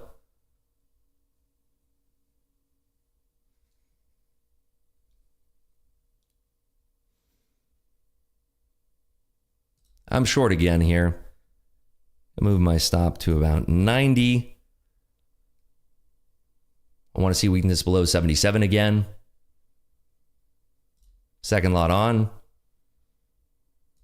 Third lot on. Looking for the break of 70 to the downside now.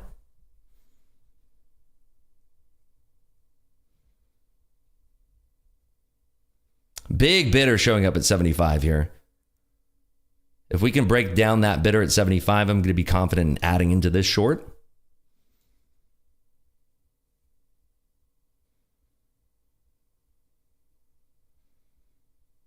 Big bid stack here.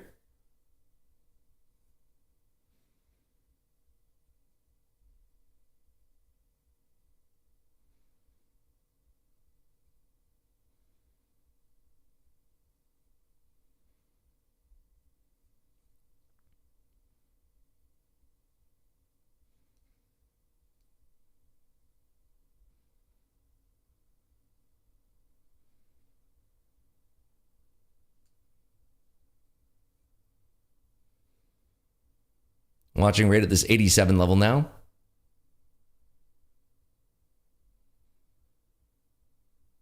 And I'm covering right there. So stop that on that one.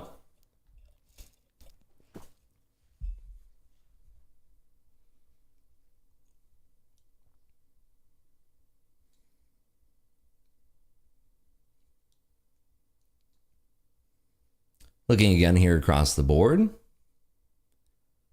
So we didn't break that 70 to the downside. We do have violence below 70 that will bring in 42. So I want to see if we have a setup here to knock this back short. Right now we are kind of just washing. If we're looking at that 15-minute candle there, look at that. Straight doji on that 15-minute candle. So watching here for a third attempt short, seeing if 16,000 is going to be weak at all. Taking that short, 16,000. Going to move my stop right to 16,008 and a half.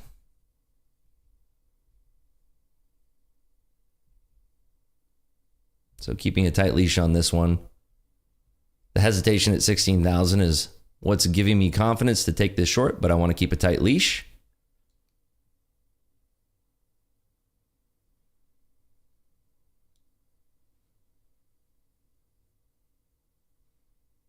I actually want to move this now to about 12. So I'm seeing the bid stack here, moving up towards 10 and 12.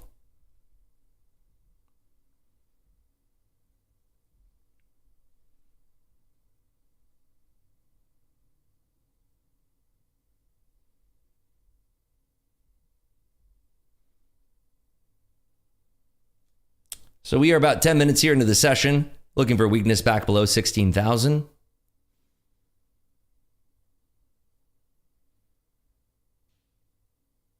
Second lot on. I want to see this weakness hold below 16,000.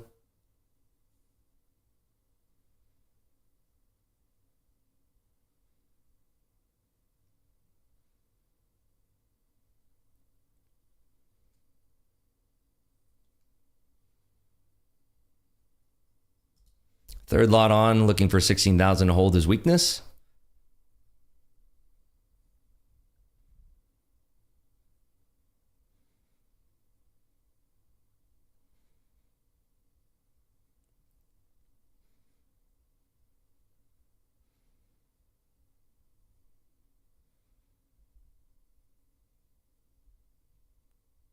Watching here might get stopped out.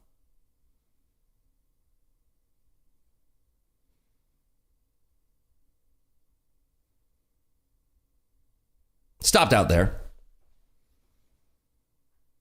So very, very strong. Now watching to see if we get back up to 16,000 and a quarter here. Big rejection rate at 13 and 3/4.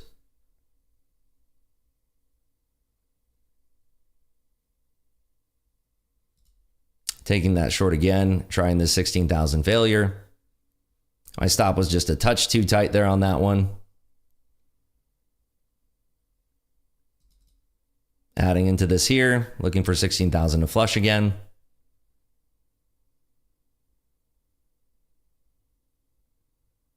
Still showing that resilience. Seeing if it's a little choppy here, but manageable.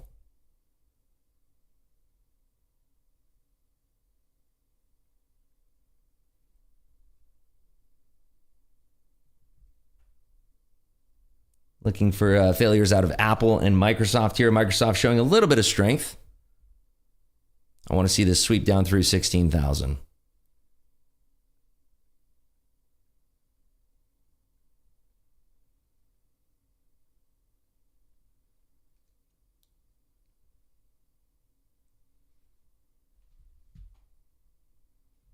Currently holding 16,010 here.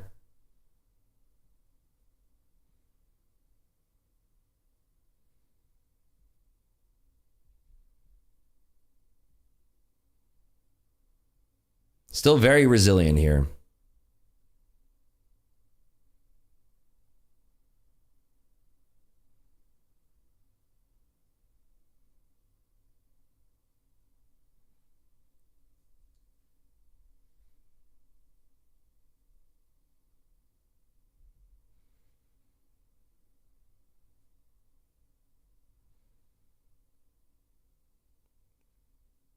Yeah, extremely resilient. I'm going to cover that right there. Still very, very resilient. Probably wait for next 10 minutes to kind of pass here, unless we see extreme weakness.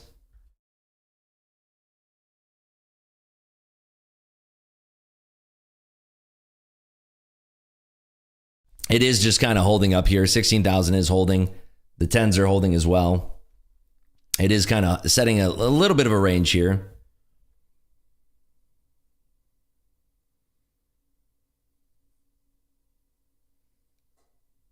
Meta showing a little bit of weakness here as well.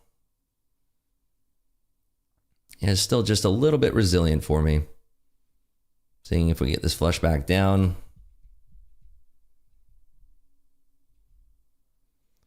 Okay, watching to see if we have weakness below 16,000.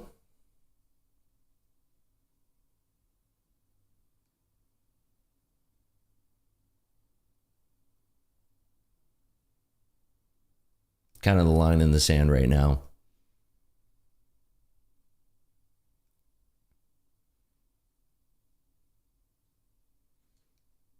A little bit of heaviness here. There we go. There's that heaviness through 16,000 I'm looking for.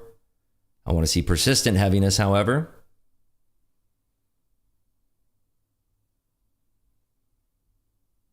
Right now, bidder showing up right below 16,000. Still not getting that crack that we're looking for.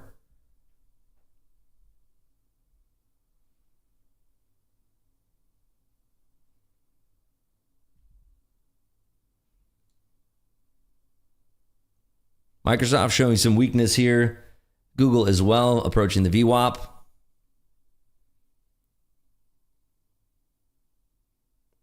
$16,000, still that big, big line in the sand here.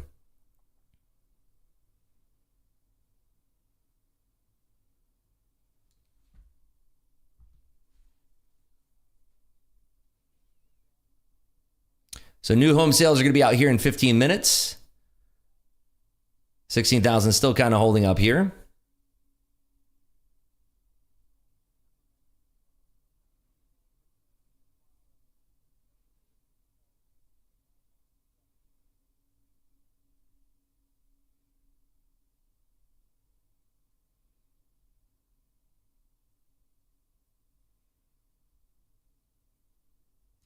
Adding in a second lot here as we are breaking down a little bit lower.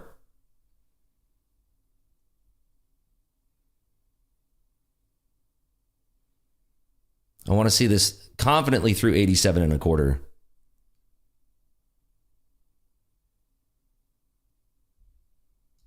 I'm going to put my stop pretty tight here.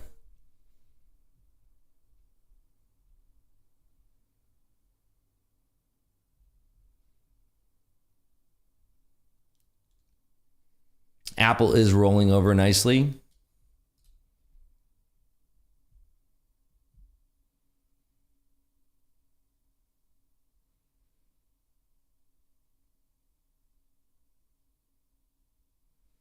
But we are still holding that 16,000 area, so we'll see if we get stopped out here.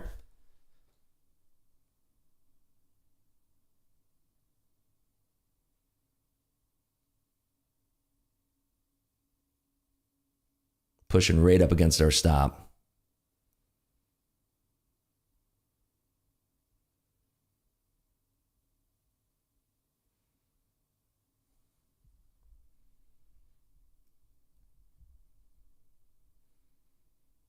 So choppy through this range. I'm looking for that resolution to the downside here. I want to see us crack 87 and a quarter to the downside. If we do crack that level, would put on a third lot. Right now we're bouncing the VWAP right here at 91.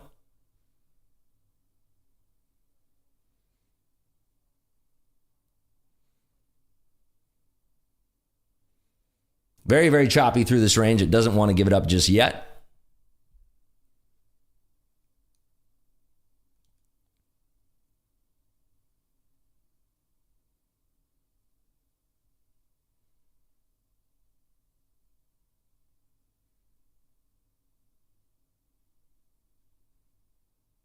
Yeah, still just kind of holding right below 16,000 and not giving it up. I do want to see this weakness persist below 91, cracking 87 and a quarter with a target of 70 and three quarters to the downside. So that's what I'm going to be looking for here. Tesla's perking back up. Nvidia, Amazon also perking back up here. Microsoft showing some weakness. Meta and Apple all showing weakness here. So number one and number two being Microsoft and Apple, both showing some tremendous weakness here.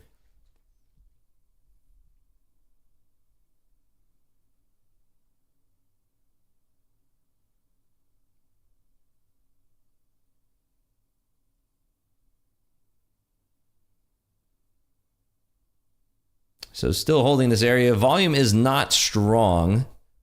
So I think that the volume is going to be waiting for about 10 minutes to come in here for this new home sales or pending home sales. Is it new or pending? Let's see. New home sales.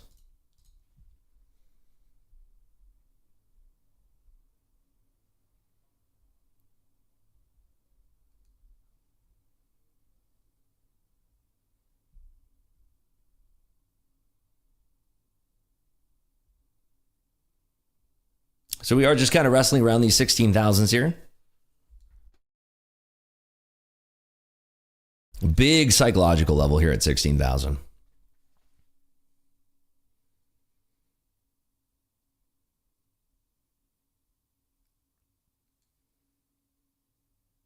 So Tesla running into the VWAP here. Amazon still very, very strong above VWAP.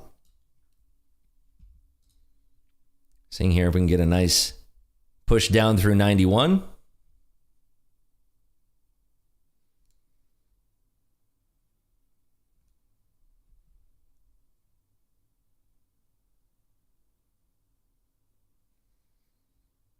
Apple very, very weak here. Microsoft as well. But a lot of bid support showing up as we're approaching the VWAP there at 91. Big, big bid support.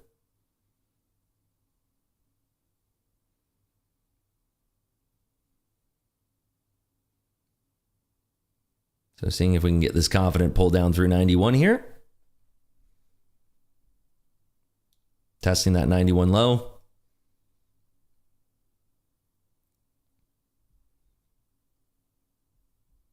Very choppy on the way down. If those bidders do disappear, and especially if we get through 87 and three quarters, this thing will be pretty weak. And then we can be looking to target that 70 and three quarters to the downside here. So watching here below 87 and a quarter.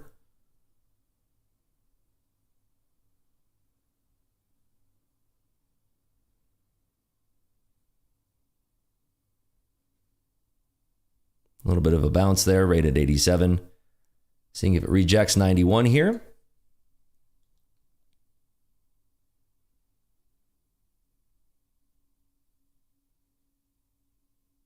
Strong buyers showing up.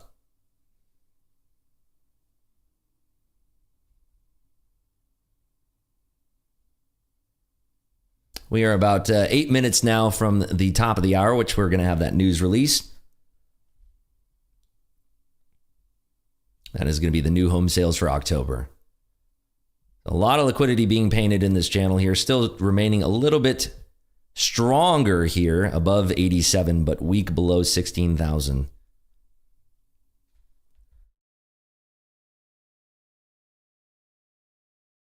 So again, testing this VWAP here, 91. Tesla's still very resilient here. Small bounce from Apple. Amazon is still running. SPY looks like it wants to roll over, but we have to see it dunk through 454 to the downside here.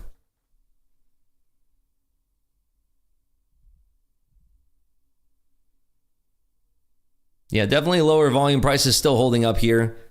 But if we get a tremendous flush and with that weakness persisting below 87 and a quarter, I'm going to be confident that we can ride this thing down to at least 70 and 3/4.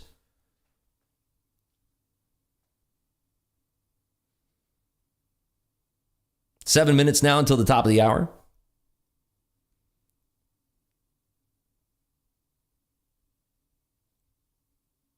Tesla back through the VWAP here, showing some strength and resilience. Not ideal for what I want to see. Google, a little bit of a pullback here. Very, very choppy on the way down. Not that instant resolution that I'd like to see. Definitely have a lot of orders that are kind of keeping the price up here. Some sellers as we're approaching 16,000, so that is decently good. What I want to see when I'm short here. Tesla rejecting the VWAP a little bit. Amazon off to the races. Amazon is again going crazy. Cyber Monday is likely the catalyst for that, as well as their shipping numbers that they came out. Yeah, Vito knows. Cyber Monday causing distraction, exactly. So looking for this to break 91 again to the downside here.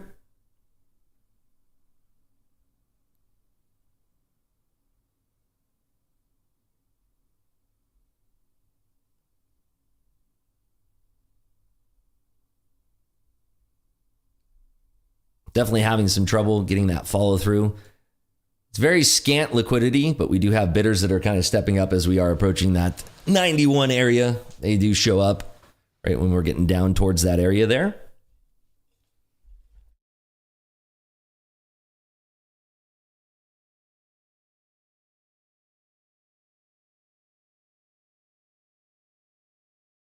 And we might just get stopped out here.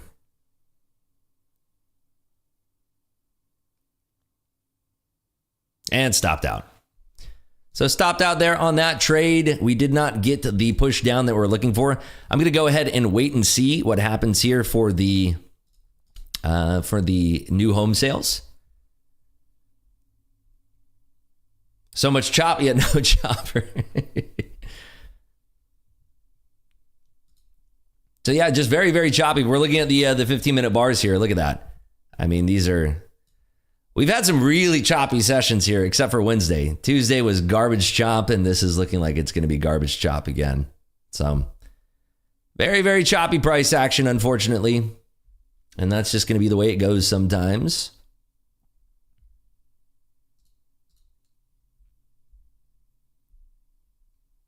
Yeah, look at this. Coming right back down now. Very choppy. Might just have to run this with one lot, but I'm going to wait now until those new home sales come out. But extremely choppy. It's sort of that market that we had on Tuesday where it's just complete crap, just total garbage. Look at that that opening 15-minute candle, just insane.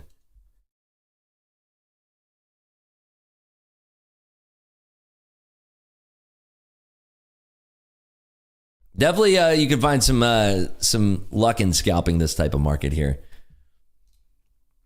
But when we do get the breakdown or break up out of this range, it should be tremendously strong.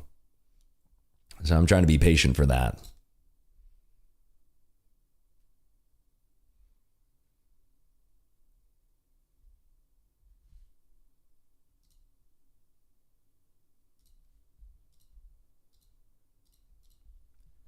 We are just chopping around the 16,000 area. We do have 3 minutes now until the new home sales. 3 minutes.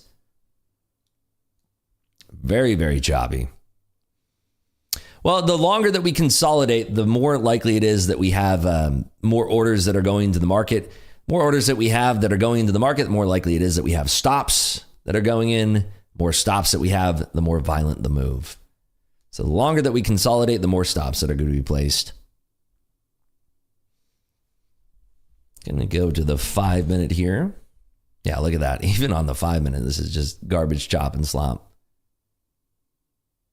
All right, 2.5 minutes now, 2.5 minutes.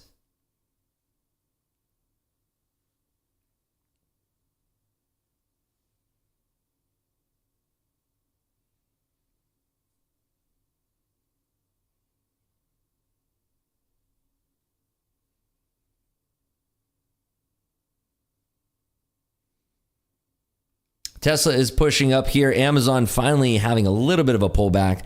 SPY tremendously choppy here. Thursday PCE, yeah, we do have, is that right? Is that on Thursday?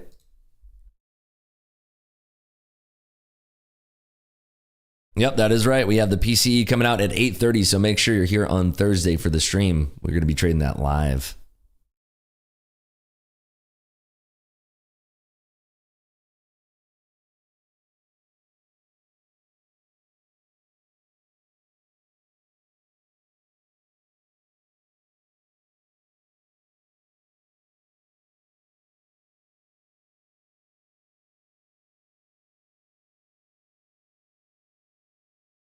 All right, so we have just 1 minute now until the news, 1 minute until the new home sales come out. Going to be watching across the board here what the idea is going to be from these market makers. We are watching these key levels here, 87 and a quarter. Of course, 16,000 where we are kind of forming this point and control. And then to the top side, we're looking at 16,025 and then 37. So those are the levels that we're watching here.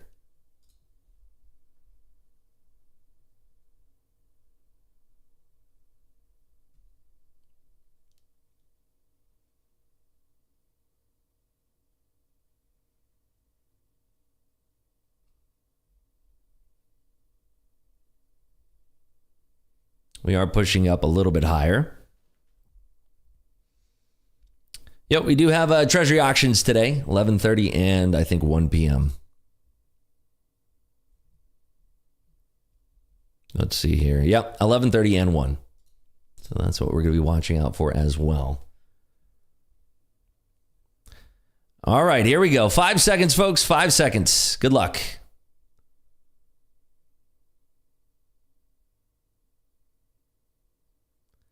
$679,000.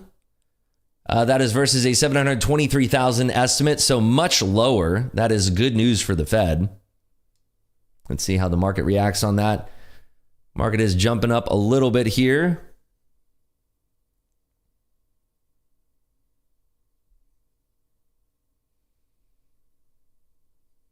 So a little bit of a squeeze. Amazon's still very strong here.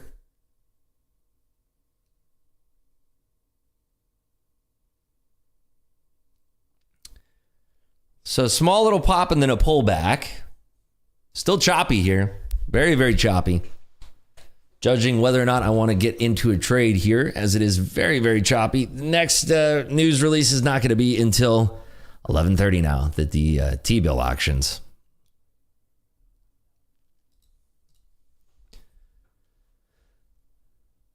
So median sale price did come in lower as well, which is good news for the Fed. Very good news for the Fed.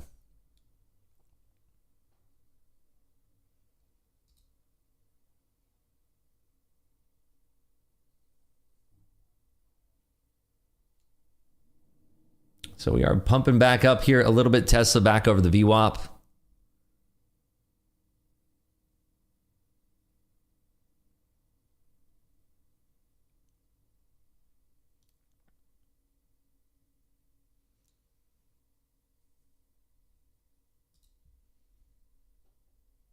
Still pretty choppy.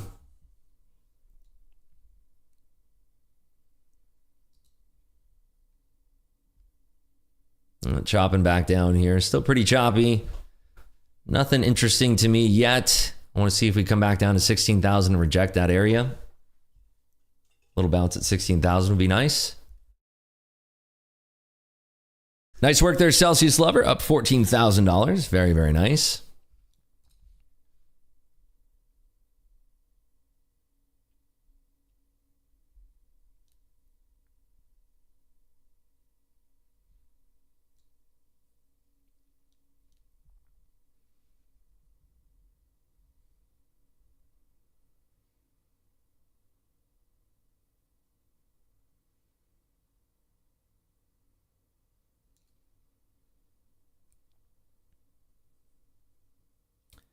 Google is coming back down. Apple and Microsoft pumping up a little bit here.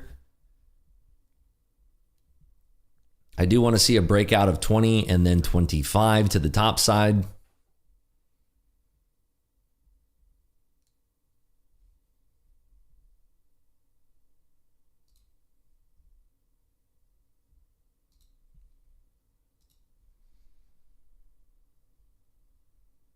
Seeing if we're going to hold these 20s now. I'm going to take that long, and I will add around 10. If we get a pullback towards 10, if we blow through 25, I'll add above 25.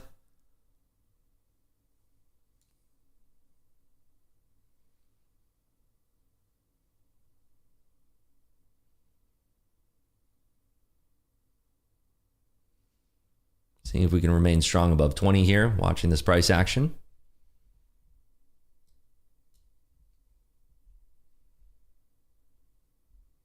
A little bit of a pullback here. Watch to see how hard we pull back.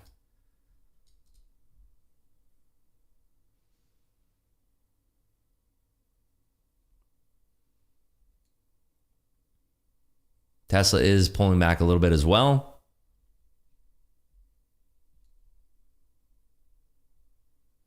SPY through the EMA showing some strength.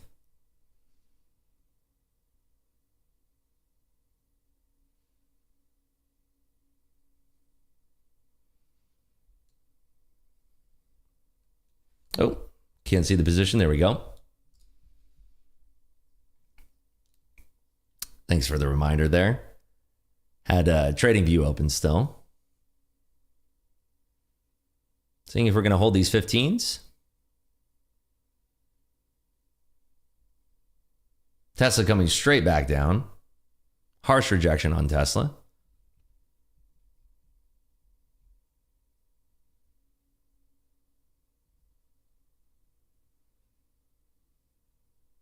But Apple, Microsoft still pretty strong here.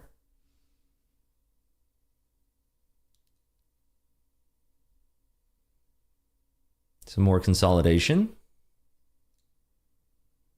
Tesla coming back down to earth here pretty violently now. Seeing if we peel this into the 10s.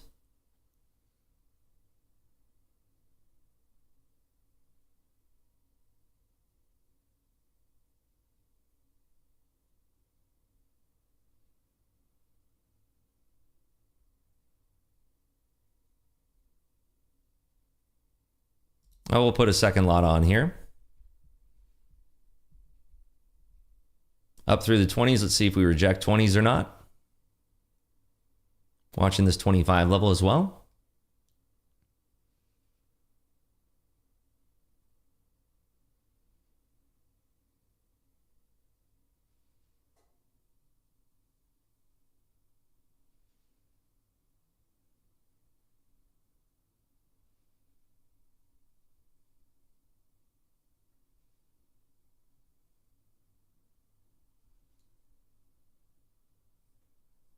Meta still holding up here. Amazon as well. Microsoft small pullback here, but we do have room back down to the VWAP. Seeing if these 10s will hold.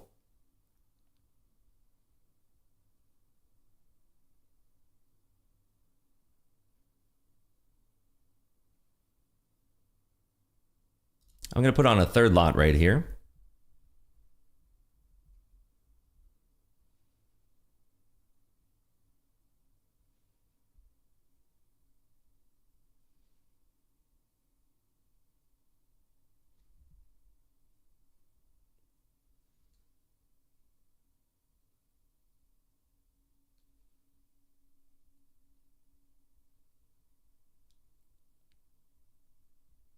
Tens are still holding for now. Fourth lot on for the approach towards 20 and then blow through 25.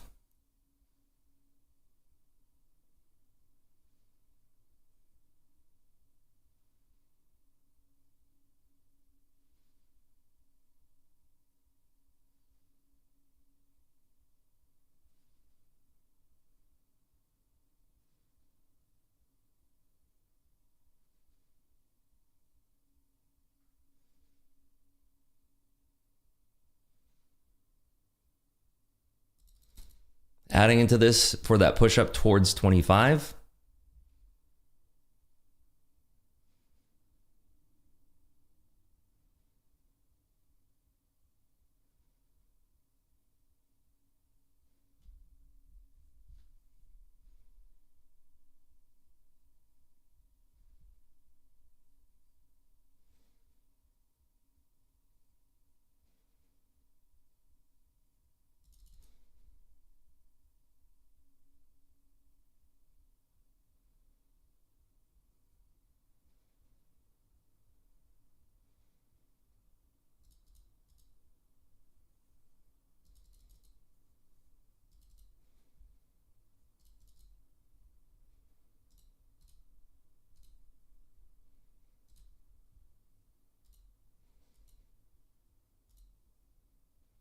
Down to one lot here.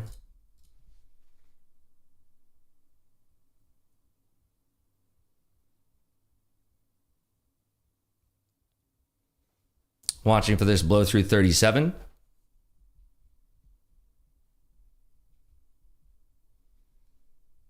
If this is strong through 37, potentially want to look to adding into this.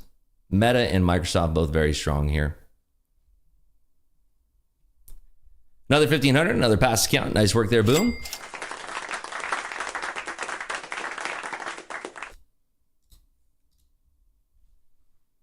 Hottie up 210, nice work.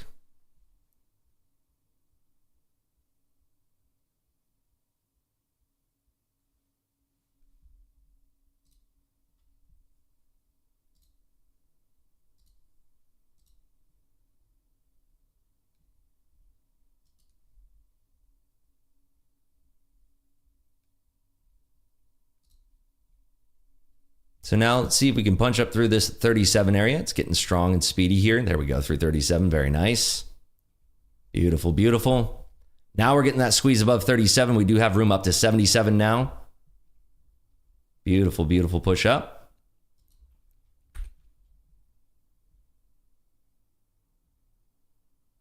Watching on this pullback now. So we had that squeeze right through 37. Let's see if we pull back to 37 and hold this area.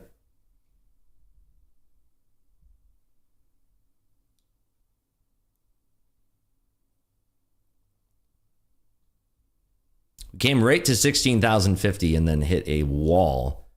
Rejected right into that. Actually going to move my stop up just a touch here in case we get that flash right back down. See if 37 will hold here.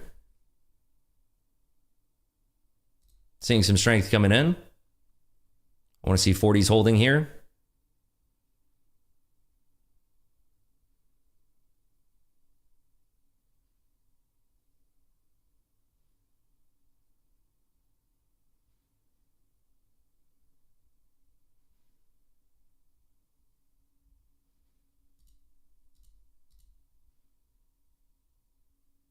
Stopped out on the rest there. So tried to be aggressive on that push up through 40 there. Didn't quite get that. But that puts us back in the green here. We're up $1,600 there on the day. So back in the green. Had that tremendous push up towards 50.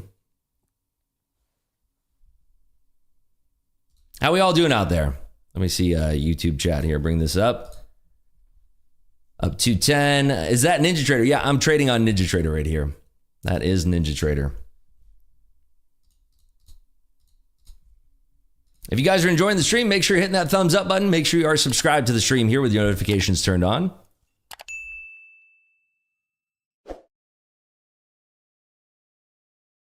Does anyone know where to get a VWAP for Ninja Trader 8?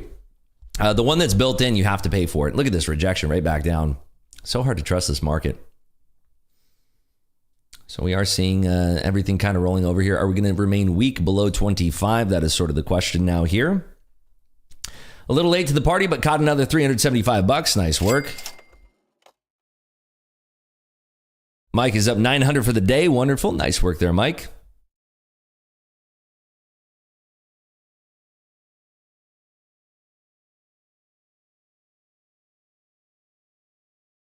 We are seeing tech kind of rolling back over here. I want to see on the 30-minute bars what this is looking like. Wow. Look at this over in TradingView.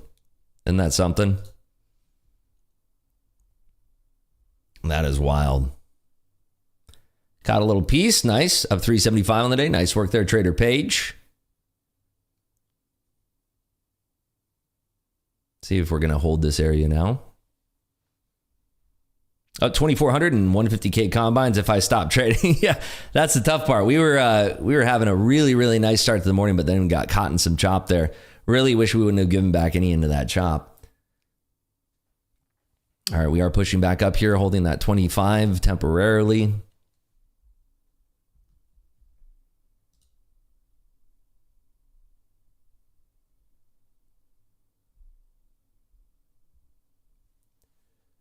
Pretty tough for me to just trust this right here. Volume is subsiding quite a bit. We had that beautiful squeeze right up to 16,050. I thought we would have had a retest of 50 and then a blow through up towards 77 3/4. Looking back on the chart here on a trading view. I mean, if we draw that line there, let's just make that a green line. I mean, it is kind of capping off in that area there, right? But I figured that we had room up there to 77 1/4. So we are pushing back up here.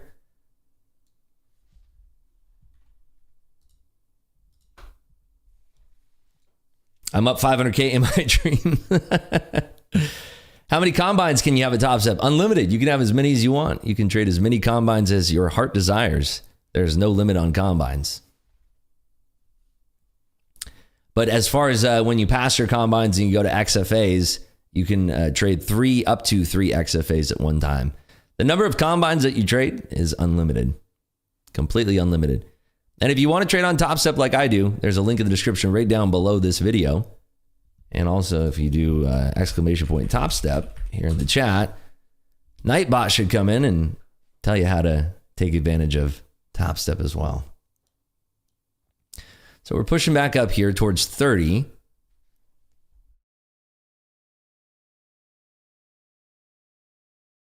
Volume is super low here, so I'm judging whether or not I want to continue to trade this.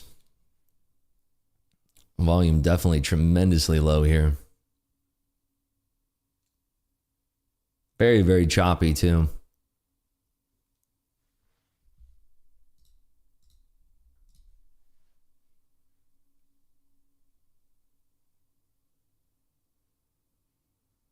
So it is 10:15 right now. If we push up the likes in the next 5 minutes, we're at 160 likes. If we get to 175 likes, I'll stick around for another 15 minutes.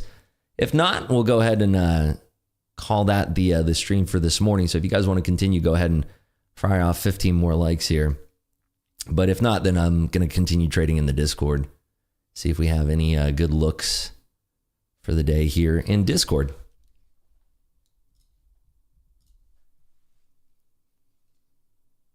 Tesla punching back up here, super strong.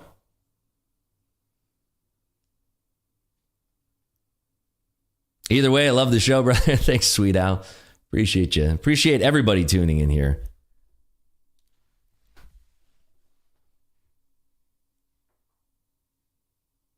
So coming back down a little bit at 25 level.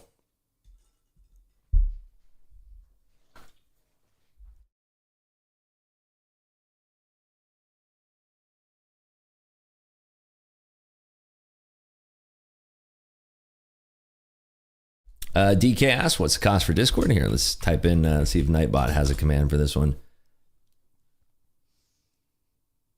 Discord, see if that works. There you go. There it is. Morning, Miguel. What's your stop on that one there, Celsius Lover? 22.75. What's your stop on that short?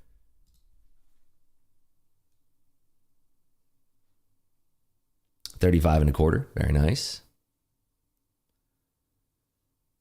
Yeah, if we're looking here, I mean, came up, snatched that 50 liquidity, coming back down. We're trading around that 25 right now. Volume is subsiding quite a bit here. If we're looking at Bookmap, I mean, you can see that volume has dropped down tremendously here. You can see down here at the bottom, this is the volume. We had that huge whip up to the top side there, but now volume is just kind of subsiding. Tesla's pushing up super hard. Meta, Microsoft, Apple, Google, all very, very choppy here. Very, very choppy.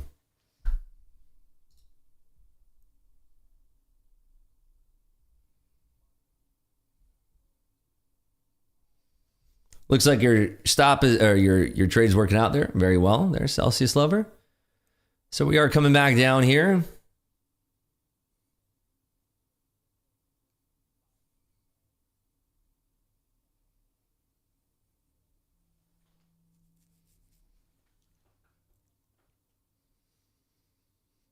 So Tesla rejected off the EMAs here. Nvidia is super slow. Amazon is finally pulling back. Microsoft coming back down below the VWAP here. Let's see what we got to on the likes here. We're at 172. If we get 3 more in the next minute and a half here, we'll continue streaming for the next 15 minutes here. So it is coming back down.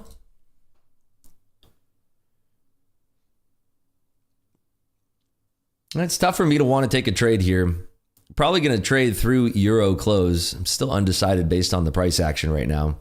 Do you stream all day in your Discord? It depends. It depends on the price action. It really does depend.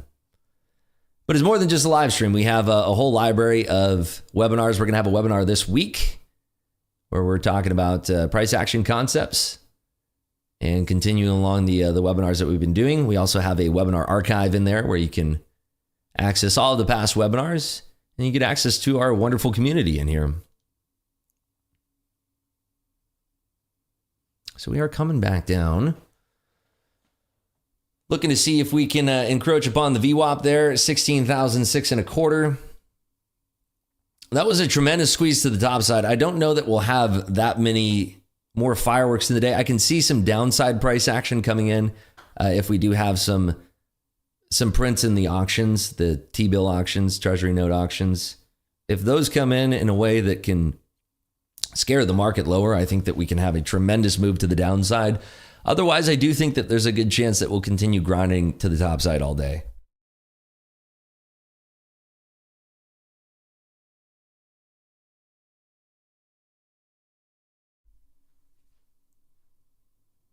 A very good chance of that. Love an Italian grinder.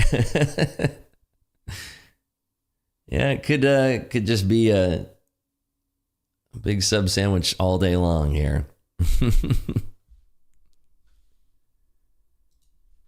Now we are pushing back up there above 25. We do have some stops going off there.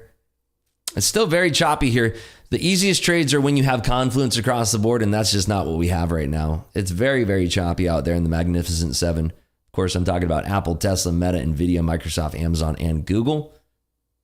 Extremely, extremely choppy out there. Ribs, good morning. Any webinars for trading strategies in the work? Yep, we're going to do one this week. I believe it's going to be on Thursday.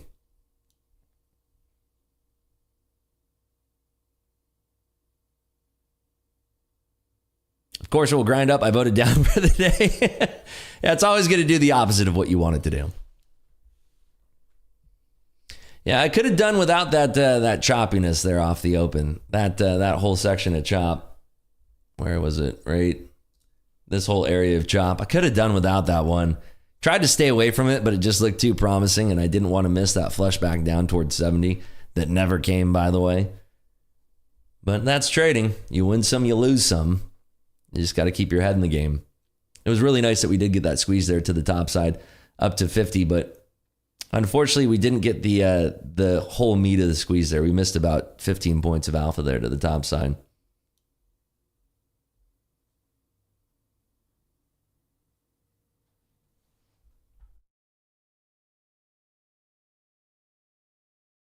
So currently just painting a shelf of liquidity here. You can see I have Bookmap open. This right here to the right-hand side, this is the volume profile right here. And you can see that we've painted a tremendous amount of volatility, amount of volume here off to the side. Did we hit 175 here, by the way? Oh, yeah, you guys crushed it. You guys are at 182. You guys are killing it. But yeah, this is kind of sideways price action here. I do think that we'll probably remain pretty sideways here.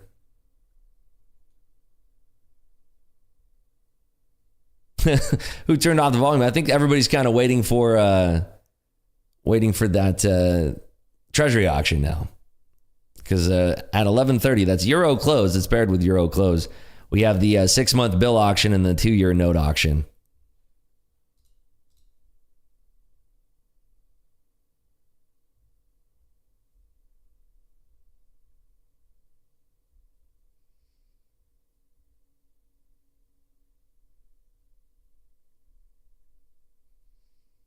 Yep, so volume is down, price is coming down. Tesla is trying to perk back up, looking for its opening range here. Meta coming back down, Apple coming back down, and Microsoft and Google all coming back down here. Running into the VWAP. If this does break down here, I could find another trade. We are going to break below the VWAP here. Apple coming down pretty hard here. I'm going to take that short. Looking for this to run below the VWAP.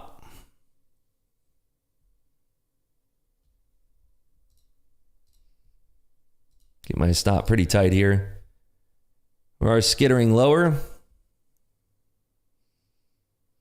Top of this volume shelf. Apple coming down pretty hard.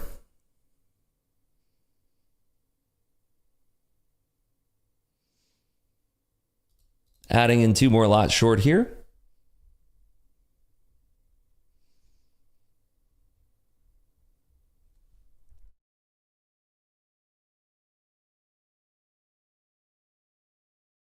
Beautiful, beautiful flush.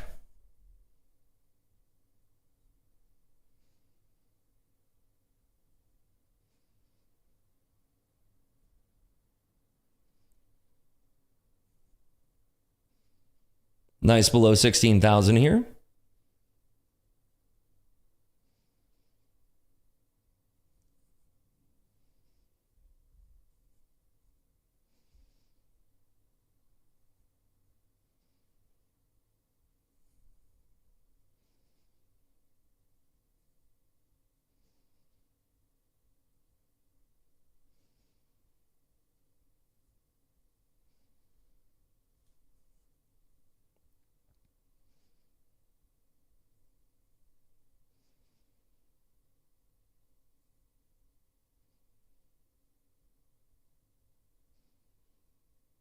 Seeing how harsh this bounce is going to be.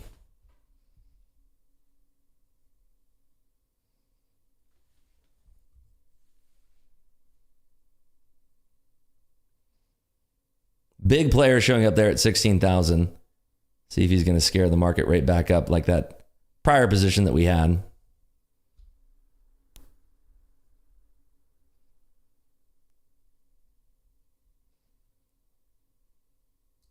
Adding into that right there.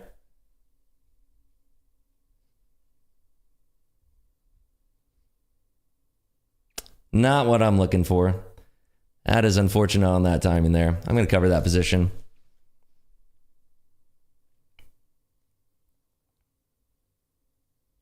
Tougher market today. Very tough. We had the right idea. We had that flush below 16,000 and then the price action just getting scared 20 handles higher. Very difficult price action today. So a little give back there.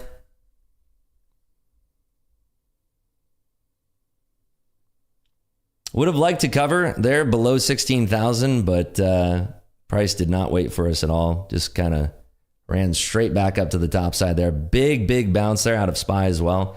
Extremely choppy price action. We are back at the top of this volume shelf here.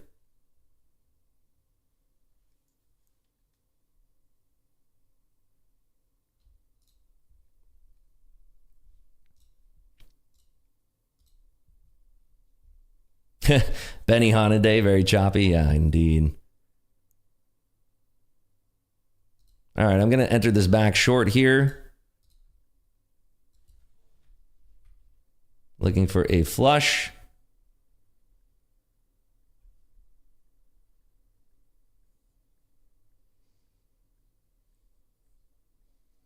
Watching SPY, seeing if we have any weakness out of the SPY here. Adding into that right there.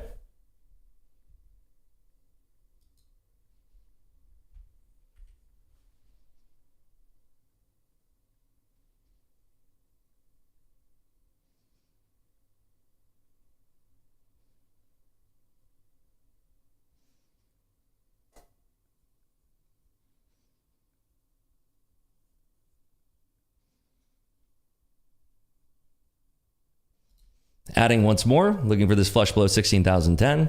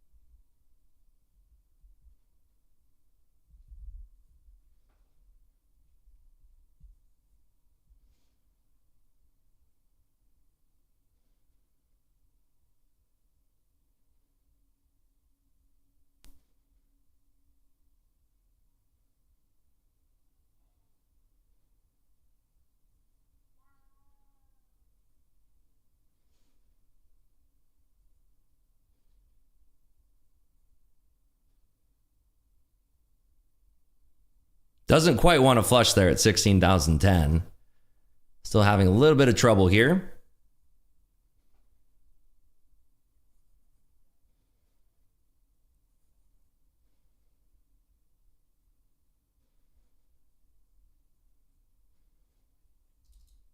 Covering some of that right there.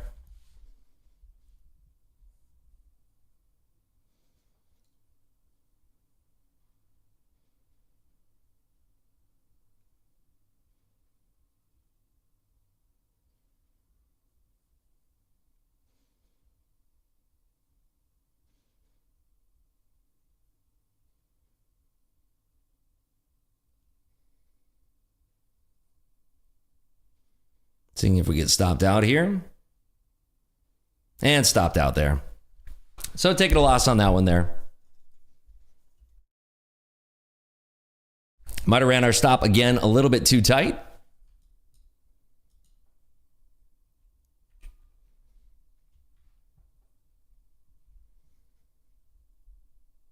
Seeing things surging up a little bit here. Was looking for that flush back down through 16,010.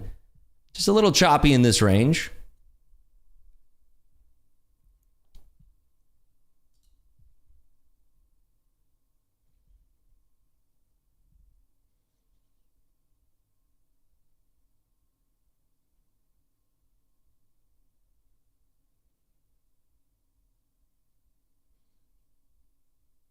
Try another short here. Move my stop to the top of that range again. Pointing control at 20. Keeping a stop super tight here.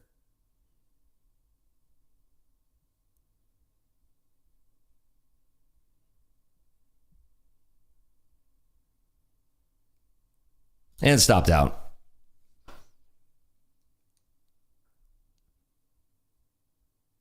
Yeah, this is definitely a little bit nastier price action than I wanted to see. We are showing that strength back up.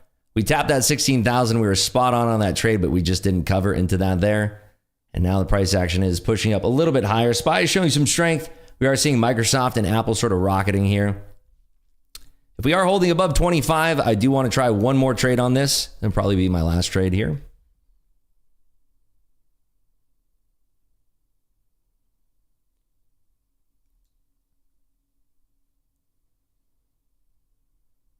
So pulling back to 30.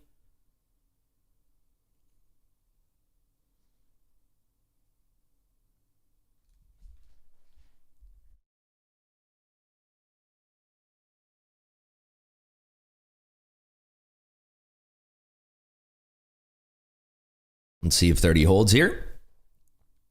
If 30 is holding, then I do see that we can have a potential rise up from 30 cracking up towards 50, and then a potential of a slam up through 77 3/4. Because I'm starting to see some confluence across the board here. Everything except for Apple is kind of surging. So if this does come back down, testing this 25 area and showing some strength, we could potentially take this long here.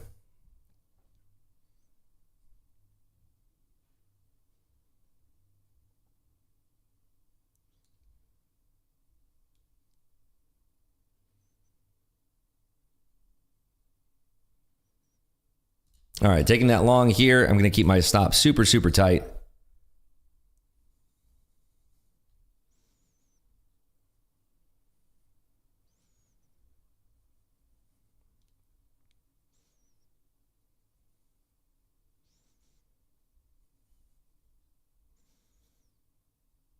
I want to see this strong through 37 as well.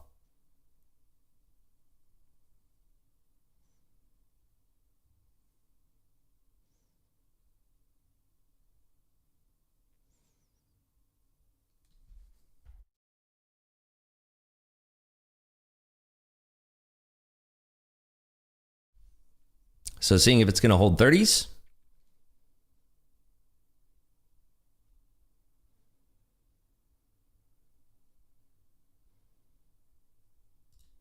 Adding to that, looking for a push up through 37 now. There's 37. Watching for a slam through 40 now.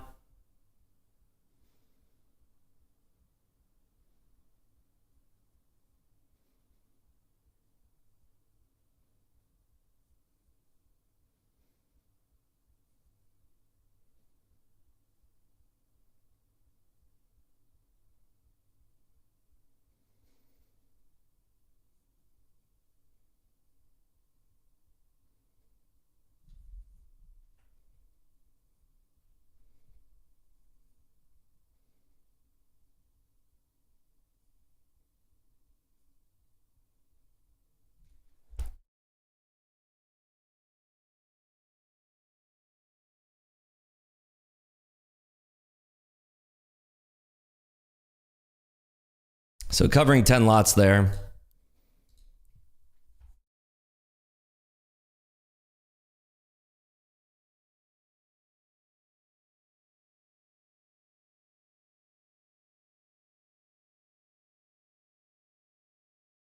Three more lots out.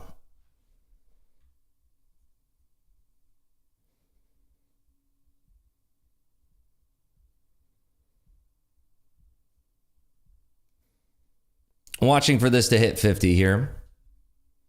A good chance we'll pull back before it.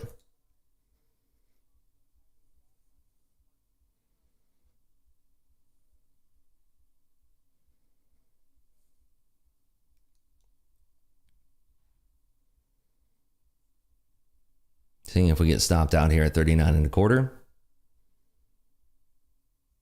Yep, stopped out there. So made back about $2,500 on that one there.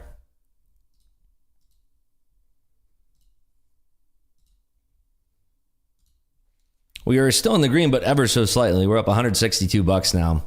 Some difficult, choppy trading here.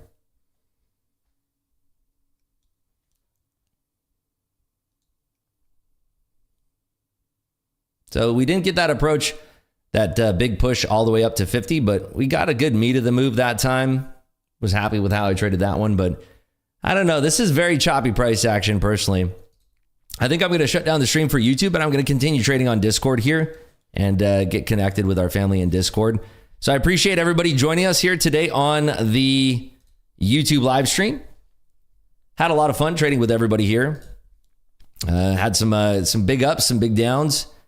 And overall, just a very exciting day of trade here. Tomorrow should be a lot better. Keep in mind, next up here in about an hour is going to be Euro close and then some T-bill auctions. So appreciate everybody coming by. Make sure that you guys do drop a like on your way out. And make sure you are subscribed to the channel. If we hit 2,000 subs by Thursday, then we are definitely going to be giving away a Combine account here on the stream. All right, folks, I'm logging it up here. I'll see you guys bright and early tomorrow on YouTube. If you're in Discord, I will continue streaming for you folks in there. Alrighty, I'll see you guys bright and early tomorrow at 8 a.m. Eastern time. Take care, everybody, and good luck today if you're going to continue to trade.